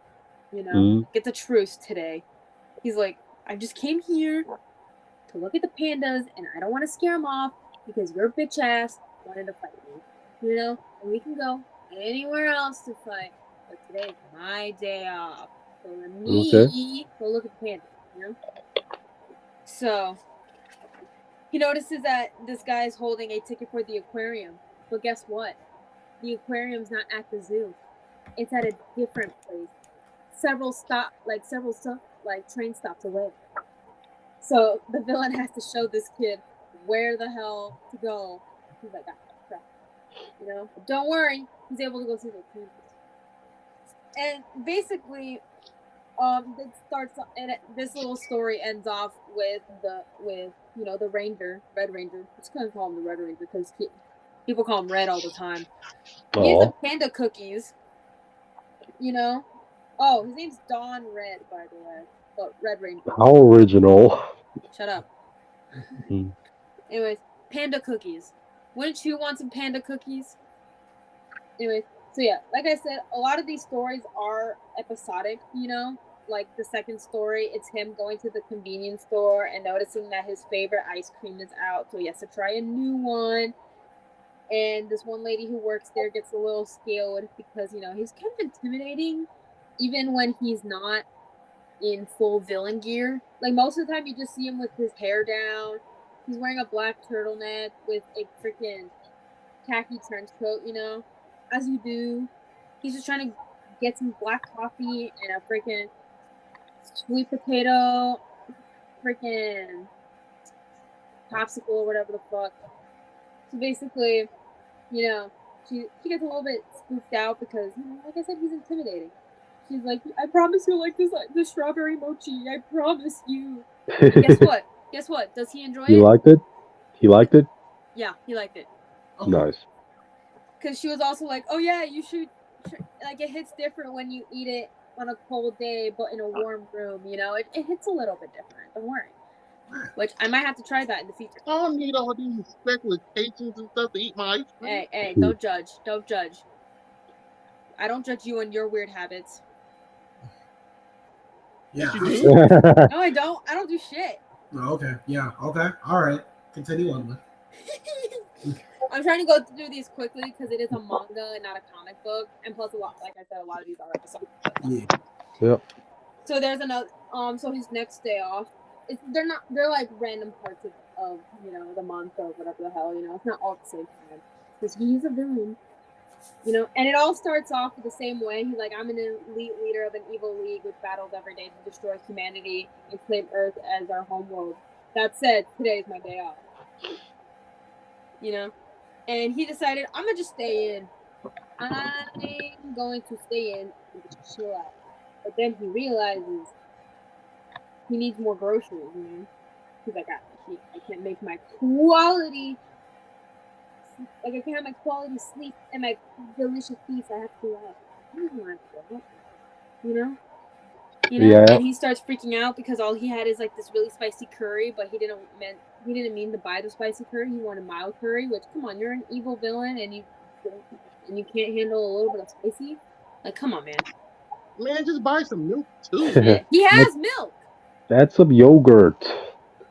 Yeah. Whatever. So you want to know how he calms down in his apartment? How? He sees a panda on the TV, and he's like, I'm going to just sit down and watch it. I'm just going to kneel in front of the TV and watch it. Because... This man really pulled out his used, worn out Kung Fu Panda DVD. He will lose his mind over the Kung Fu Panda 4 trailer. Mm-hmm. Anyways, so basically part of his master plan is that he wants to add to the panda population after he destroys all of humanity, which, valid. I would do the same thing too. Fuck people. Pandas for life. Even though pandas don't want to fuck. Anyways. Anyways. All right. So, on another day. That wasn't a joke. That's a serious problem. That's a real thing. That's a serious problem. Dead ass. That is a problem. Which is kind of funny if you think about it. Anyways, he goes back to the zoo. Because, he wants to go see the pandas. I mean, I get it. Who wouldn't want to see cute, fluffy, giant pandas? I mean, shit. Anyways, so, he's just walking around. He gets a panda plushie. And he goes on his day. And he just was chilling out in bed. Looking at panda videos on his phone. With his panda plushie that he got from the zoo. That's great. Also, I just love these, like, little doodles of the villain. He doesn't actually have a name, technically. Well, we don't know his name, but we just call him Mr. Villain because it makes sense. He's just lying on these cute doodles of pandas. It's great, And so the next story is when he's at work. So he's in full villain mode right now, and he sees on his phone that you can have a first look at a new baby panda at the zoo. And he's like, fuck, I should have taken my day off today, man. I wanted to see this baby panda. Shit. But now I have to be evil right now. Yeah. That means kind of rob the zoo. I know, we gotta rob the zoo of the baby pandas, why not? Yeah. Anyway, so one of his coworkers, I'm just gonna say coworkers, underlings. I don't think it really matters. This guy comes in and was like, "Yo, it's lunchtime. You want to? Let's go to the dining hall together." And he's like, "Silence. I'm very busy. Begun." And so the associate leaves, and you can just hear his stomach rumble, his tummy rumblings while he's looking at this cute little panda on the phone. He's like, There's just no resisting. The baby panda's security and health are my foremost concern. Yeah. And so guess what he does the next day? What? He goes sees the baby panda. Aw. Yeah. He kidnaps them, right? Yeah, let him look at the baby pandas, man. It's not a crime. Cryptid. You might like to make it seem like everything's a crime. He's a villain. Of course everything has to be a crime. Like, Not to see a baby panda. I can promise you, if there was Marvel and DC, they would have stole that panda already. Yeah, yeah. but he's a different type of villain. Anyways, remember that Don Red kid? Yeah. Well, he got lost while trying to help a lost kid. Which, motherfucker, what are you doing, man? Aren't you supposed to be a hero? I think you should know your directions better than this. Which that's me in literally every video. I don't know where I'm going. Yeah. Anyways, you know those things at the mall where you can pay a guy for like an hour to ride those like animal scooter thingies? I don't know, not scooters, but you know what I mean. I don't know. Those things at the mall, the things that you like drive around in the mall and they look like animals. Yeah. Okay, well, there's a little doodle of Mr. Villain riding a panda one, so it's great. Anyways, so the next story, Mr. Villain sees these two little kids make a snow bunny in the snow because it is wintertime at this point. And he tries to make one. And guess what? He takes it home. And you know what happens when you bring something cold into something that is warm? What? It's going to melt. There you go. And he got upset over it. He was like, how dare it melt on me? And you can just see him thinking about it at work, and everyone's just like confused. And then he goes outside and he sees the rainfall, like the snowfall, and he's like, Snow Bunny, yay, I miss you. So it's fine. It's all fine and dandy. And then for some reason, you get a doodle of his hands on the next page. Because you need to know what his hands are like when he's on duty, when he's fighting, on duty while he is doing office work, and what he's like outside of work, Oh, but this story... maybe he's a hand model. You never know. I haven't read volume 2 yet. I'm only on volume 1. Anyway, so this one is kind of sad, in a way, So it starts out with Mr. Villain going to see the cherry blossoms, but he's a little too late because they're starting to die off. Because if you know anything about cherry blossoms, they don't last all that long. So he notices this little girl. She's collecting like the petals, and she's just staring at him, and he's like, "Dang." And then he offers her some food, and he's like, "Hey, didn't your parents ever tell you to not accept food from strangers?" And she's like, "No." She's like, "Can I have another?" I hate people who offer you food and then try to tell you not to take it after they gave it to you. Keep in mind, this is a little kid taking like a very intimidating man's food, but whatever. No, I get that, but don't offer it to her. No, but he's like trying to figure out why this little girl is all alone, right? He's like, is it child neglect, abandonment, abuse, like what? Baby left in a coin locker, which was a real thing. Google it. It was a real thing. People used to put their babies in coin lockers and hope that someone will find them before they died. A lot of the times they did not survive. Yeah, that just happened to Yakuza. That just happened in Yakuza game. Yeah, I don't play Yakuza, but yeah. So basically, the villain's like, "Oh yeah." Yeah, the villain's like, "Oh yeah, I didn't get to see the cherry blossoms. They started to die off." And she's like, "Oh, I'll show you them," and opens up her little hand to release the cherry blossoms. and he sees them fly in the wind. You know, and he's like, "Oh wow, these are actually really pretty, man. You're right." And then she's just gone. She just disappeared into thin air.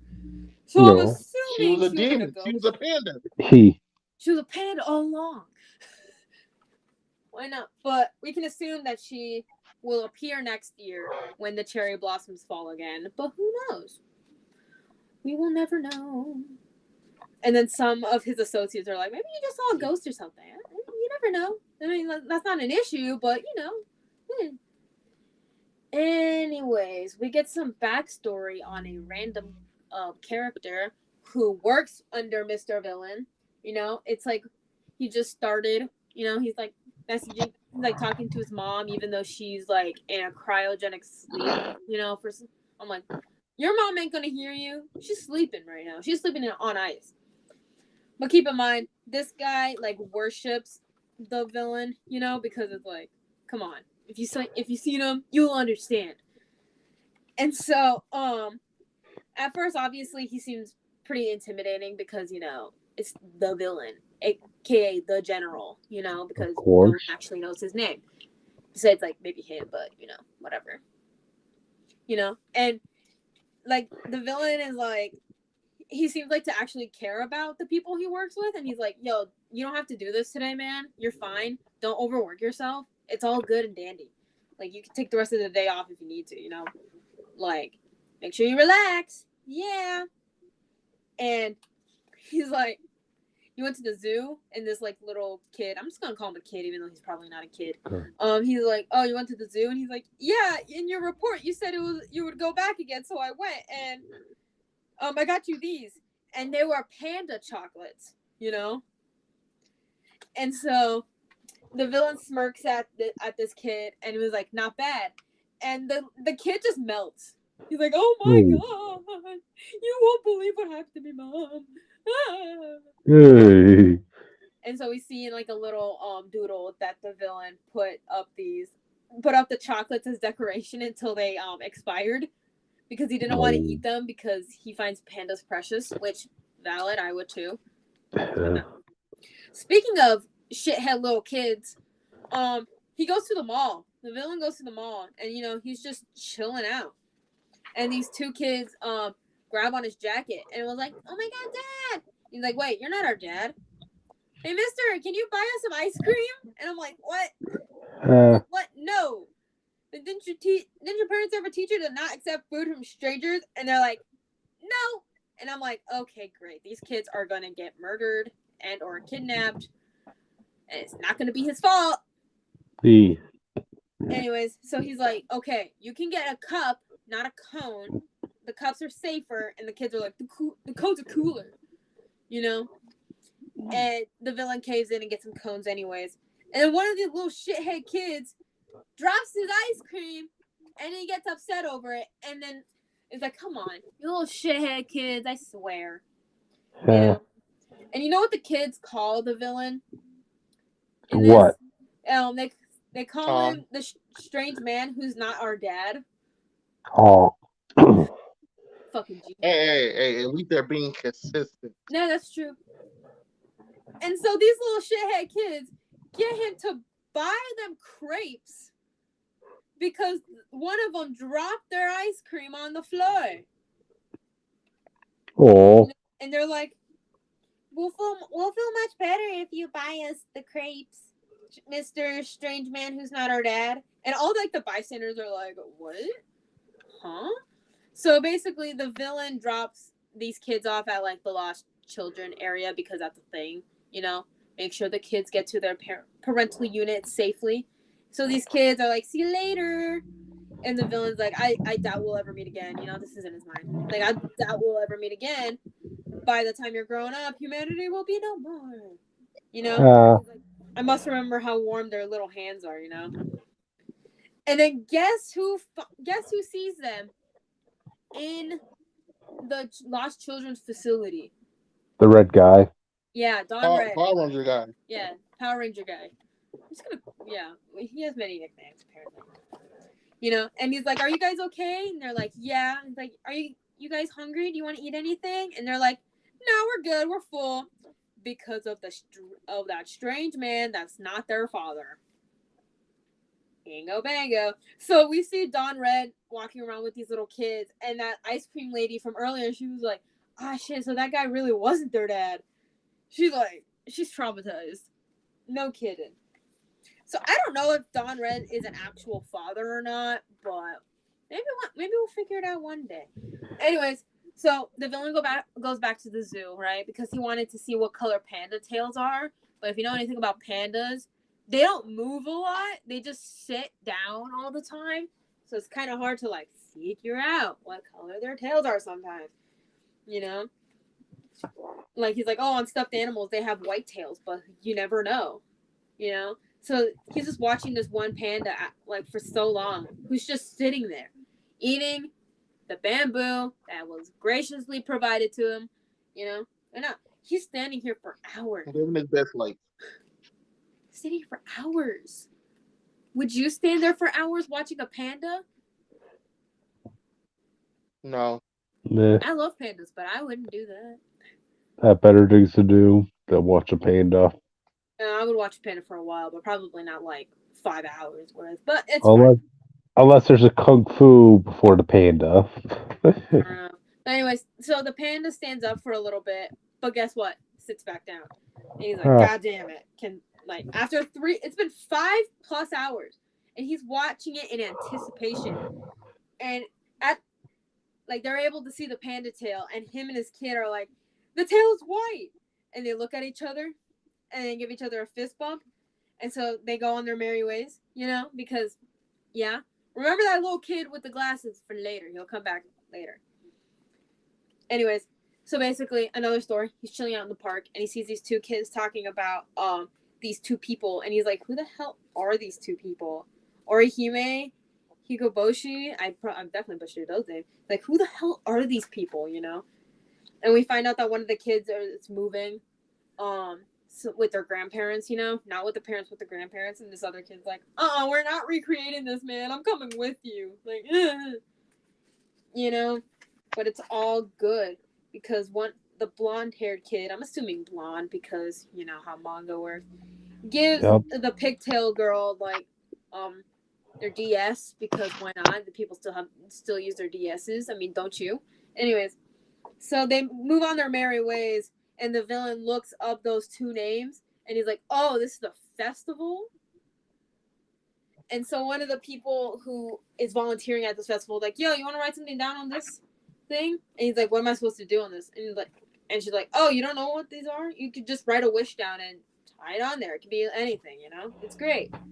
So he does that, and his wish is, I wish that the two of them will be able to see each other.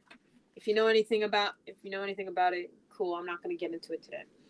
Anyways, so we get a part 2 to the story where we see Don Red writing a whole bunch of freaking wishes on there. Not only for him, but for the kids as well, because, you know, yeah, why not? He has a lot of wishes. You know what my wish is? To be able to have a shit ton of money and not have to deal with all this shit. I mean, wouldn't you? Not have to deal with all the world problems because it'll all be solved. I mean, like, it's the least. I'd still be working. Anyways, you want to talk about more bunnies? Go for it. Oh, don't worry, I'm almost done. So he goes to a petting zoo. The villain goes to a petting zoo, and he's like, bunnies. I'd rather see pandas, you know? So the lady working at the petting zoo is like, yo, anyone want to come into the hang out with the rabbits? Like, adults can come in too. So he goes in. The bunnies are loving him. You know, they're all surrounding him. Mm-hmm. I wish I was that liked by animals. And by people too, but whatever. So the lady is like, oh wow, they seem to really like you. Try squatting down and petting them. And remember that kid from earlier? Remember that little kid from earlier with the glasses? Yeah. He's back. Yep. He's back. So. And he's a bunny. He's not a bunny, but he knows a lot about bunnies because he's a child and he likes to learn things. Duh. Mm-hmm. Anyways, so he teaches him how to properly pet them, you know? And he's like, oh yeah, I just really like animals, you know, like I'm just a kid. When the villain asks if he's a scholar of animals, he's like, but I want to be a vet when I grow up, but my mom says I can't. Well, tell your mom she's a bitch. Like, come on. Like, why would you discourage your child's dreams like that, man? That's mean. Anyways, so being super chill, the villain's like, yo, can you tell me the best way to pet them again, doctor? And he's like, oh my god, you know, like me, a doctor? And then the villain's like, I don't know anything about them, so teach me, animal doctor. And the kid is like, he's happy about this. He's like, oh my god, yeah, someone is encouraging my dreams. I wish someone did that for me. Anyways, so, you know. If he's just gonna reveal one day that he's evil and all the kids are like, oh yeah, that's cool. We'll just work on you. Anyways, so he has a pretty chill day at the petting zoo. He gives this kid another fist bump. And he says, and I quote, once I increase the panda population, I'll learn how to study them up close. And when that time comes, if you're grown up to become a veterinarian, no way, all humans must be exterminated. Yeah. You can't make an exception for this one kid. Like, I get those other two shithead kids, but leave this one kid alone. You know? And he's contemplating. I always wonder. He's contemplating how to keep a rabbit at work. Finish. Oh god. Yeah. Anyways, so after a long day of probably looking at pandas or at the petting zoo, we don't know when this is. He goes back to his apartment because he has a normal Japanese apartment while he has to commit villainy. You know, as you do. And he's tired, so he plops onto the floor. And he's like, I want a pet panda. I want a pet panda too. And you're not the only one. Shit. Anyway, so he starts to hallucinate some pet pandas. And he's like, life would be so grand if I had one, you know? Like, this would be great. I could be friends with the pandas. We could chill out with the pandas. It's great. We can enjoy flowers. We can play video games. We can share one another's troubles, you know? We can have drinking parties. We can travel. We can do so many things with the panda. But no, I can't have a pet panda. His wife said no. Anyways, so I'm assuming he passed out because when he wakes up, it is daytime again. And he's like, damn. One weekday morning after he woke up with a renewed vigor for eradicating humankind. And he's like, I want to take a day off and go to the zoo, which valid. So our last story of the day, it starts off with the villain walking in the rain, and he sees Don Red in a hoodie in the rain, you know? And he's like, God damn it, I didn't want to see any of these motherfuckers. And Don Red is like, oh, we meet again, evil person. I shall not miss my chance to fight you. And he's like, he puts his hand up. He's like, no, I don't wanna. Anyways, so Don Red is like, what the hell, man? Why are you asking for another truce? There's no pandas here. I don't see any other pedestrians. Are you trying to run away? Like, it is our duty to defeat you. And he's like, well, slow down there, man. Like, I'm only calling a truce for today because, look, I have a bag of eggs. Like, I have 2 whole-ass cartons of eggs inside a shopping bag. I don't want to break these because you want to fight, you know? He's like, I'm already having trouble trying to figure out how to make them perfectly, so I need to practice. That's why I bought 2 cartons of eggs, you know? And Don Red's like, oh, then keep at it then, I guess. And he's like, thanks. You know? And he's like, I don't want them to break right now, you know? So he's like, wait here. I'll be back. So Don Red's just waiting in the rain. He's like, damn, he belongs to an evil league. Like, he's probably doing something dubious, you know, devious, you know? And so then the villain does come back, you know? Is he doing something devious, you may ask? Is he doing something devious? I need you to answer this question. He's a villain, so we should expect it. He's not. He's just bringing him an umbrella. Ooh. He's like, okay. Is there weapons? He's like, nah. It's like, I brought you an umbrella and a towel, and I also got some snacks, you know, because you're probably going to be hungry. And Don Red's like, and my umbrella's a gun. He's like, don't starve yourself, you know. Yeah, if you want to be able to fight me on equal terms, you got to be fed, and you can't be sick, you know. Like, that's not fair. He might be a villain, but he's not a monster. Okay? And so Don Red's like, you really don't want to fight? And Mr. Villain's like, of course not. It's my day off after all. And so the last thing that we see is him Mr. Villain pointing Don Red to where the train station was. And Don Red's like, how did he know I was lost? Again. And that's where it ends. Anyways, I recommend everyone read this manga. It's really good. This is like the one time I'm not going to be talking about gay manga on here because I know no one wants to hear me talk about my gay manga. I'll do that on my own terms. You could. I mean, I could, but then a lot of them it's kind of sexual, so I'm not doing that. I'm trying to keep it PG-13 here. I'm not you, Cryptid. Anyways, I do plan on picking up Volume 2 when I find it because, you know, it looks super good. It is super good. Who doesn't love villains and who doesn't love pandas? I mean, like, come on, man. Come on. Anyways, yeah. Audience, if you want us to talk about manga more, please let us know. We will try to do that. Because we can only talk about IDW Sonic for so long. And Spider-Man. Anyways, yeah, some Thursdays you just be manga stuff, really. Hold on. We haven't talked about Sonic in months. Don't even put that. Anyways, speaking of Spider-Man, what's going on with Miles? Alright, guys, this is Miles Morales, Spider-Man number 13, Gang War tie-in. Say that 5 times really fast. Do it, Cryptid. Say it 5 times fast. I'm not putting that challenge on myself. I asked you guys to say it. No, but it's your task. But anyway, so do you guys remember how Miles was being a complete jerk to Peter in the previous issue of Gang War? I would. I would too if I was him. Yeah. Here you go more into depth with why he lashed out at Peter the way he did. You have him, he's at Missy Knight's safe house, and he's consulting with this one woman by the name of, what was that? Keisha Kwan.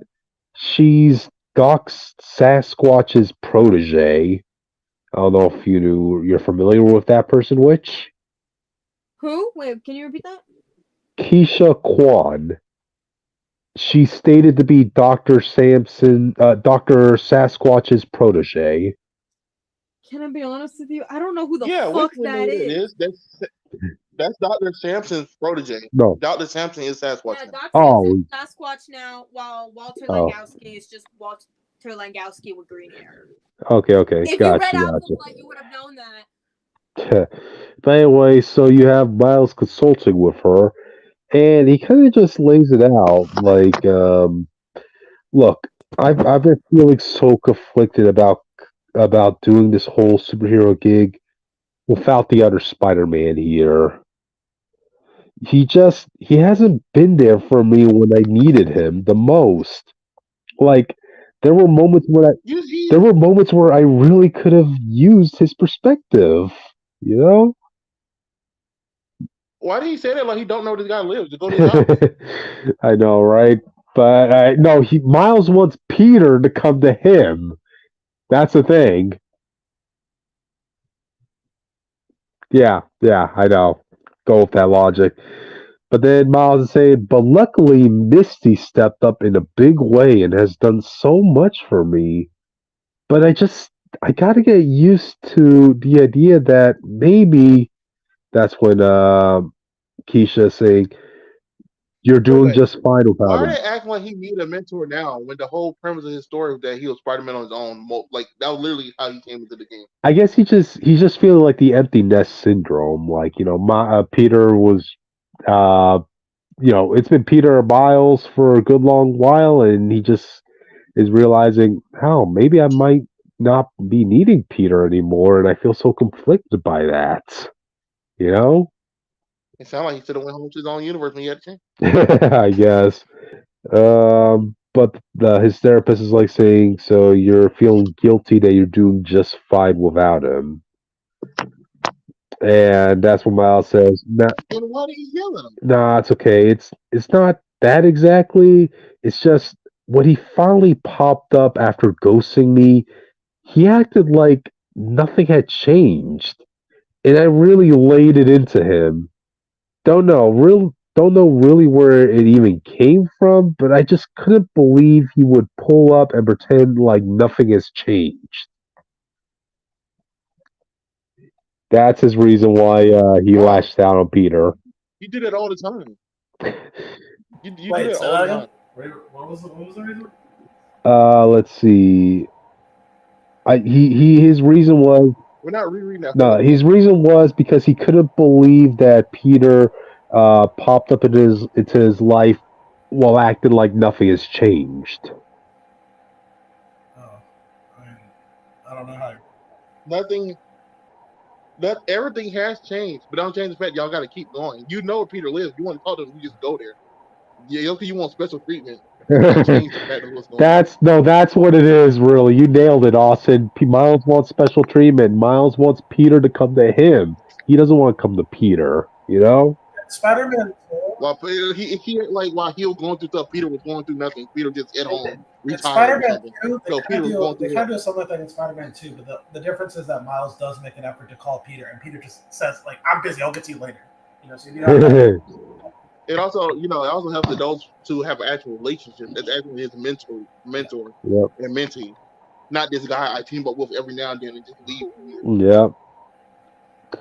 But anyway, so after this little discussion goes about, like Miles goes about his business into the gang war, and right now he's trying to break up a fight between the Frost Pharaoh and his goons up against the Bubbler and his crew. Bubbler being like apparently that's part of Miles's rogues gallery now. He's a Bumblebee themed villain with Bumblebee type armor. You know, We already have Swarm. I know, but Miles needs somebody to call his own. Okay, but anyway, so Miles intervenes. He fights, and Bubbler's like, "Oh, I've been waiting for this fight for a long time. Just wait, Spider-Man. You wait till you see my upgrades." And Miles is like, "You want to talk about upgrades?" Bam! He lashes out his Venom Blast sword. And Bubbler's like, "Oh shit." Okay, that's when we get a flashback sequence. You see, apparently Miles has been taking lessons on how to use his sword from Colleen Wing. We really need to strip Miles down a bit. No. Like Miles is even saying, like, "Geez, after this, am I going to have to go by Spider Samurai now?" You know? They It's just like the never sword give had- Miles a proper name. In the freaking Spidey and His Amazing Friends, he's on a spin with two ends. This is your fault. Not my fault. It's I a crowd of didn't do people this. who want to keep. Anybody who keeps getting mad that people call Miles Morales is their fault. And they're like, no, Miles is Spider-Man. Let him be Spider-Man. And like we call him Spider-Man. We're just not. He can be Spider-Man, but when we say Spider-Man, we think of Peter. That's all it is. That's all the argument is. I think the problem, like I said, the sword is just like not Spider themed. Like even the Venom, like it's Venom. Okay, good. It's like a Venom bite. Got it. But it's like now we're doing swords now. And then like I think I was arguing with somebody before. He was like, "Oh yeah, Peter upgrades his tech all the time." I'm like, "Yeah, but the tech comes and goes. You're talking about like a power, and where does it stop? Like he can make a sword now, but like what? Can he make a gun later? Like it, like how far? Oh yeah. It don't make sense why it stops at a sword.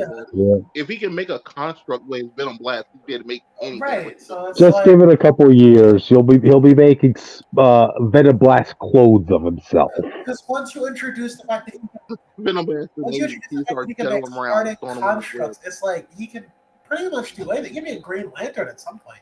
So it's like, I don't know. He can do anything Sue Storm can do with Phil Sportsfield right now. Yeah, so I don't know. Like, it takes him even further away from Beast Spider-Man. More like, it makes him his own Spider-Man. It's like, that's what the Venom Blast did. So I don't know. The invisibility, the Venom Blast? No, that's not what the Venom Blast did. He stole the Venom Blast from Spider-Woman. Yep. Oh, yeah, the invisibility and the Venom Blast. And on top of that, like, you know, it's just, It was enough. That's my point. Too much. Yeah. But anyway, during this fight, he takes down the Bumbler, but that's when Missy Knight pops up with Colleen Wing, right? They continue taking down the forces of the Blizzard Pharaoh's goons, and they do. And now all that's left is the Blizzard Pharaoh, who summons up his upgrade, which is a Pharaoh Gundam, of all things. So they get to fighting. Colleen Wings manages to jam one of her swords in the armor of this giant mecha, and that's what gives Miles the idea. Okay, let me grab onto that sword and venom blast the hell out of this giant robot, and that's how he defeats the robot. Boom. Wait. So he stabbed the robot and then he used that sword to do a venom blast No, inside the robot? it was Colleen Wing who stabbed the robot, and then that's when Miles, saw that the sword was still stuck and pierced the armor, so he just grabbed the handle of that sword and just venom blasted it. Yep. Okay. All right. So anyway, after they defeat both gangs, you have Scorpion popping up with his crew. Apparently, they're all called Cap Killers, which is probably just another fancy version of the Thunderbolts or whatever. They talk about wanting to work with Miles because of all the fights that have been happening in New York because of gang war. And he's like, okay, yeah, we can do this. And while this is going around, we're treated to the last page with Hobgoblin conducting business with this shadowy figure, giving him money and saying, like, look, I need your help to deal with a spider problem. Wait. Yeah. Didn't that nigga die? Yes, the mysterious person is real to be Uncle Aaron Prowler. He's not. I was about to say, I'm reading the Normie book. I'm pretty sure that guy died. He's died and come back numerous times, man. He's the multiple Uncle Ben death. No. No. To be fair, it was a different guy in the Normie book. I just knew the first last person where that costume died like a month ago. Oh, okay. That means he literally found the corpse of this guy that this child killed, and then put the costume on. By the way. Damn. Oh, that's the life of a comic book character, But anyway, so yeah, it appears that Prowler is going to be facing off against Miles in the next issue as the comic ends. Sir, is Hobgoblin now? No. Hobgoblin hired Prowler to go after Spider-Man. Oh, I thought you were saying he was Hobgoblin. Nah, That's what I was thinking. Hobgoblin is Hobgoblin's here hiring Aaron to go after Spider-Man. Yep. So, yeah, that's it. That's it for the Gang War tie-in, guys. All the people, why you trust Prowler who hasn't beaten Spider-Man? If we're talking about upgrades, who knows? Prowler might be coming in with an upgrade or two in this. It also doesn't help that if I don't know if this Hobgoblin knows that Uncle Aaron is like the original Prowler. Yeah. Well, you remember Hobby Brown, the other Prowler who was fake Spider-Man for Yeah. That's the one Hobgoblin knows. I guess. I mean, Hobgoblin could probably be like, look, mantles change left and right nowadays, so I don't care which Prowler you are. I just want to hire a Prowler to go after Spider-Man. So. What else? He might want to hire Jack-O-Lantern or whoever else. Oh yeah, the fifth Jack-O-Lantern, because remember, he's died multiple times too. You have multiple Jack-O-Lanterns, but they're all crappy at the same time, Yep. So, yeah, that's how the issue ends, guys. Alrighty. That's the last topic of the day, audience. Yeah. Tell us what you thought about the topics. Yeah, go read the manga I recommend. Yay. Yeah, go read the manga which recommend. You too, Jake, because you left. That manga was good. We made a Yakuza reference. You I want was here? Gotcha. Oh, so you're an asshole. Yeah. Go Yeah, support America. Go support America with Captain America. go support the decimation of all of humankind and the Yeah. repopulation of the pandas. Gotcha. All right, then, audience. So with that, we're closing out. All right. Yeah, we gotta say our socials one more time. Remember? All right. Go ahead. Which? Yeah, because Cryptid forgets about the socials. He only wants to do them at the beginning. We're supposed to do them twice a day. Ain't nobody coming out with the info. I tell you that much. I know, but still, it doesn't hurt. Anyways, subscribe to the fucking YouTube channel, because if you're not subscribed to the fucking YouTube channel, what are you doing with your life? That was just a replay. I did that last week too. Yeah, you can follow the Twitter at Phanatic69. I have been posting stuff on there as of today during the recording of this. You know, why not? It's not a problem. Yeah, I thought a cat sleeping. A cat drooling and sleeping. It was great. Anyways, if you want to follow the Instagram, you can follow it at Comic Phanatic 2.0. I did a live stream on there, but since I don't have a great setup, it wasn't the best quality live stream. I'll work on that later. If you want to follow me, you can follow me at Witch of Jotun with an E instead of a U. You get the gist. If you want to follow me on Instagram and TikTok, where I'm more active on TikTok and Twitter, but whatever. You can follow me at witch_of_Jotunheim. Because why not? Those are with youth, by the way. If you want to find Austin, I transformed him into a sleepy, drooly cat because I can. He is chilling out in my house. He's over there. If you want to find Jake, I put him in the void because I can. He'll be let out probably Thursday. I don't know. I've decided it. And then for Cryptid, you know where he is. He's in Jersey. Yeah. But he secretly told me that New York is better. Hey, y'all have, a lot of people from New York end up living in New Because it's Jersey. cheaper? Ha ha ha. Yeah. Yeah. Hey, a lot of the people up north come to Arizona during the winter, and I hate all of you. You guys spike my PTSD with fun. Anyways, have a good night, audience. Remember to drink some water. Eat something. I don't care what it is. Just eat something. And have a good night. Have a good night. Okay. Good night, audience. Bye. Drink all these soju.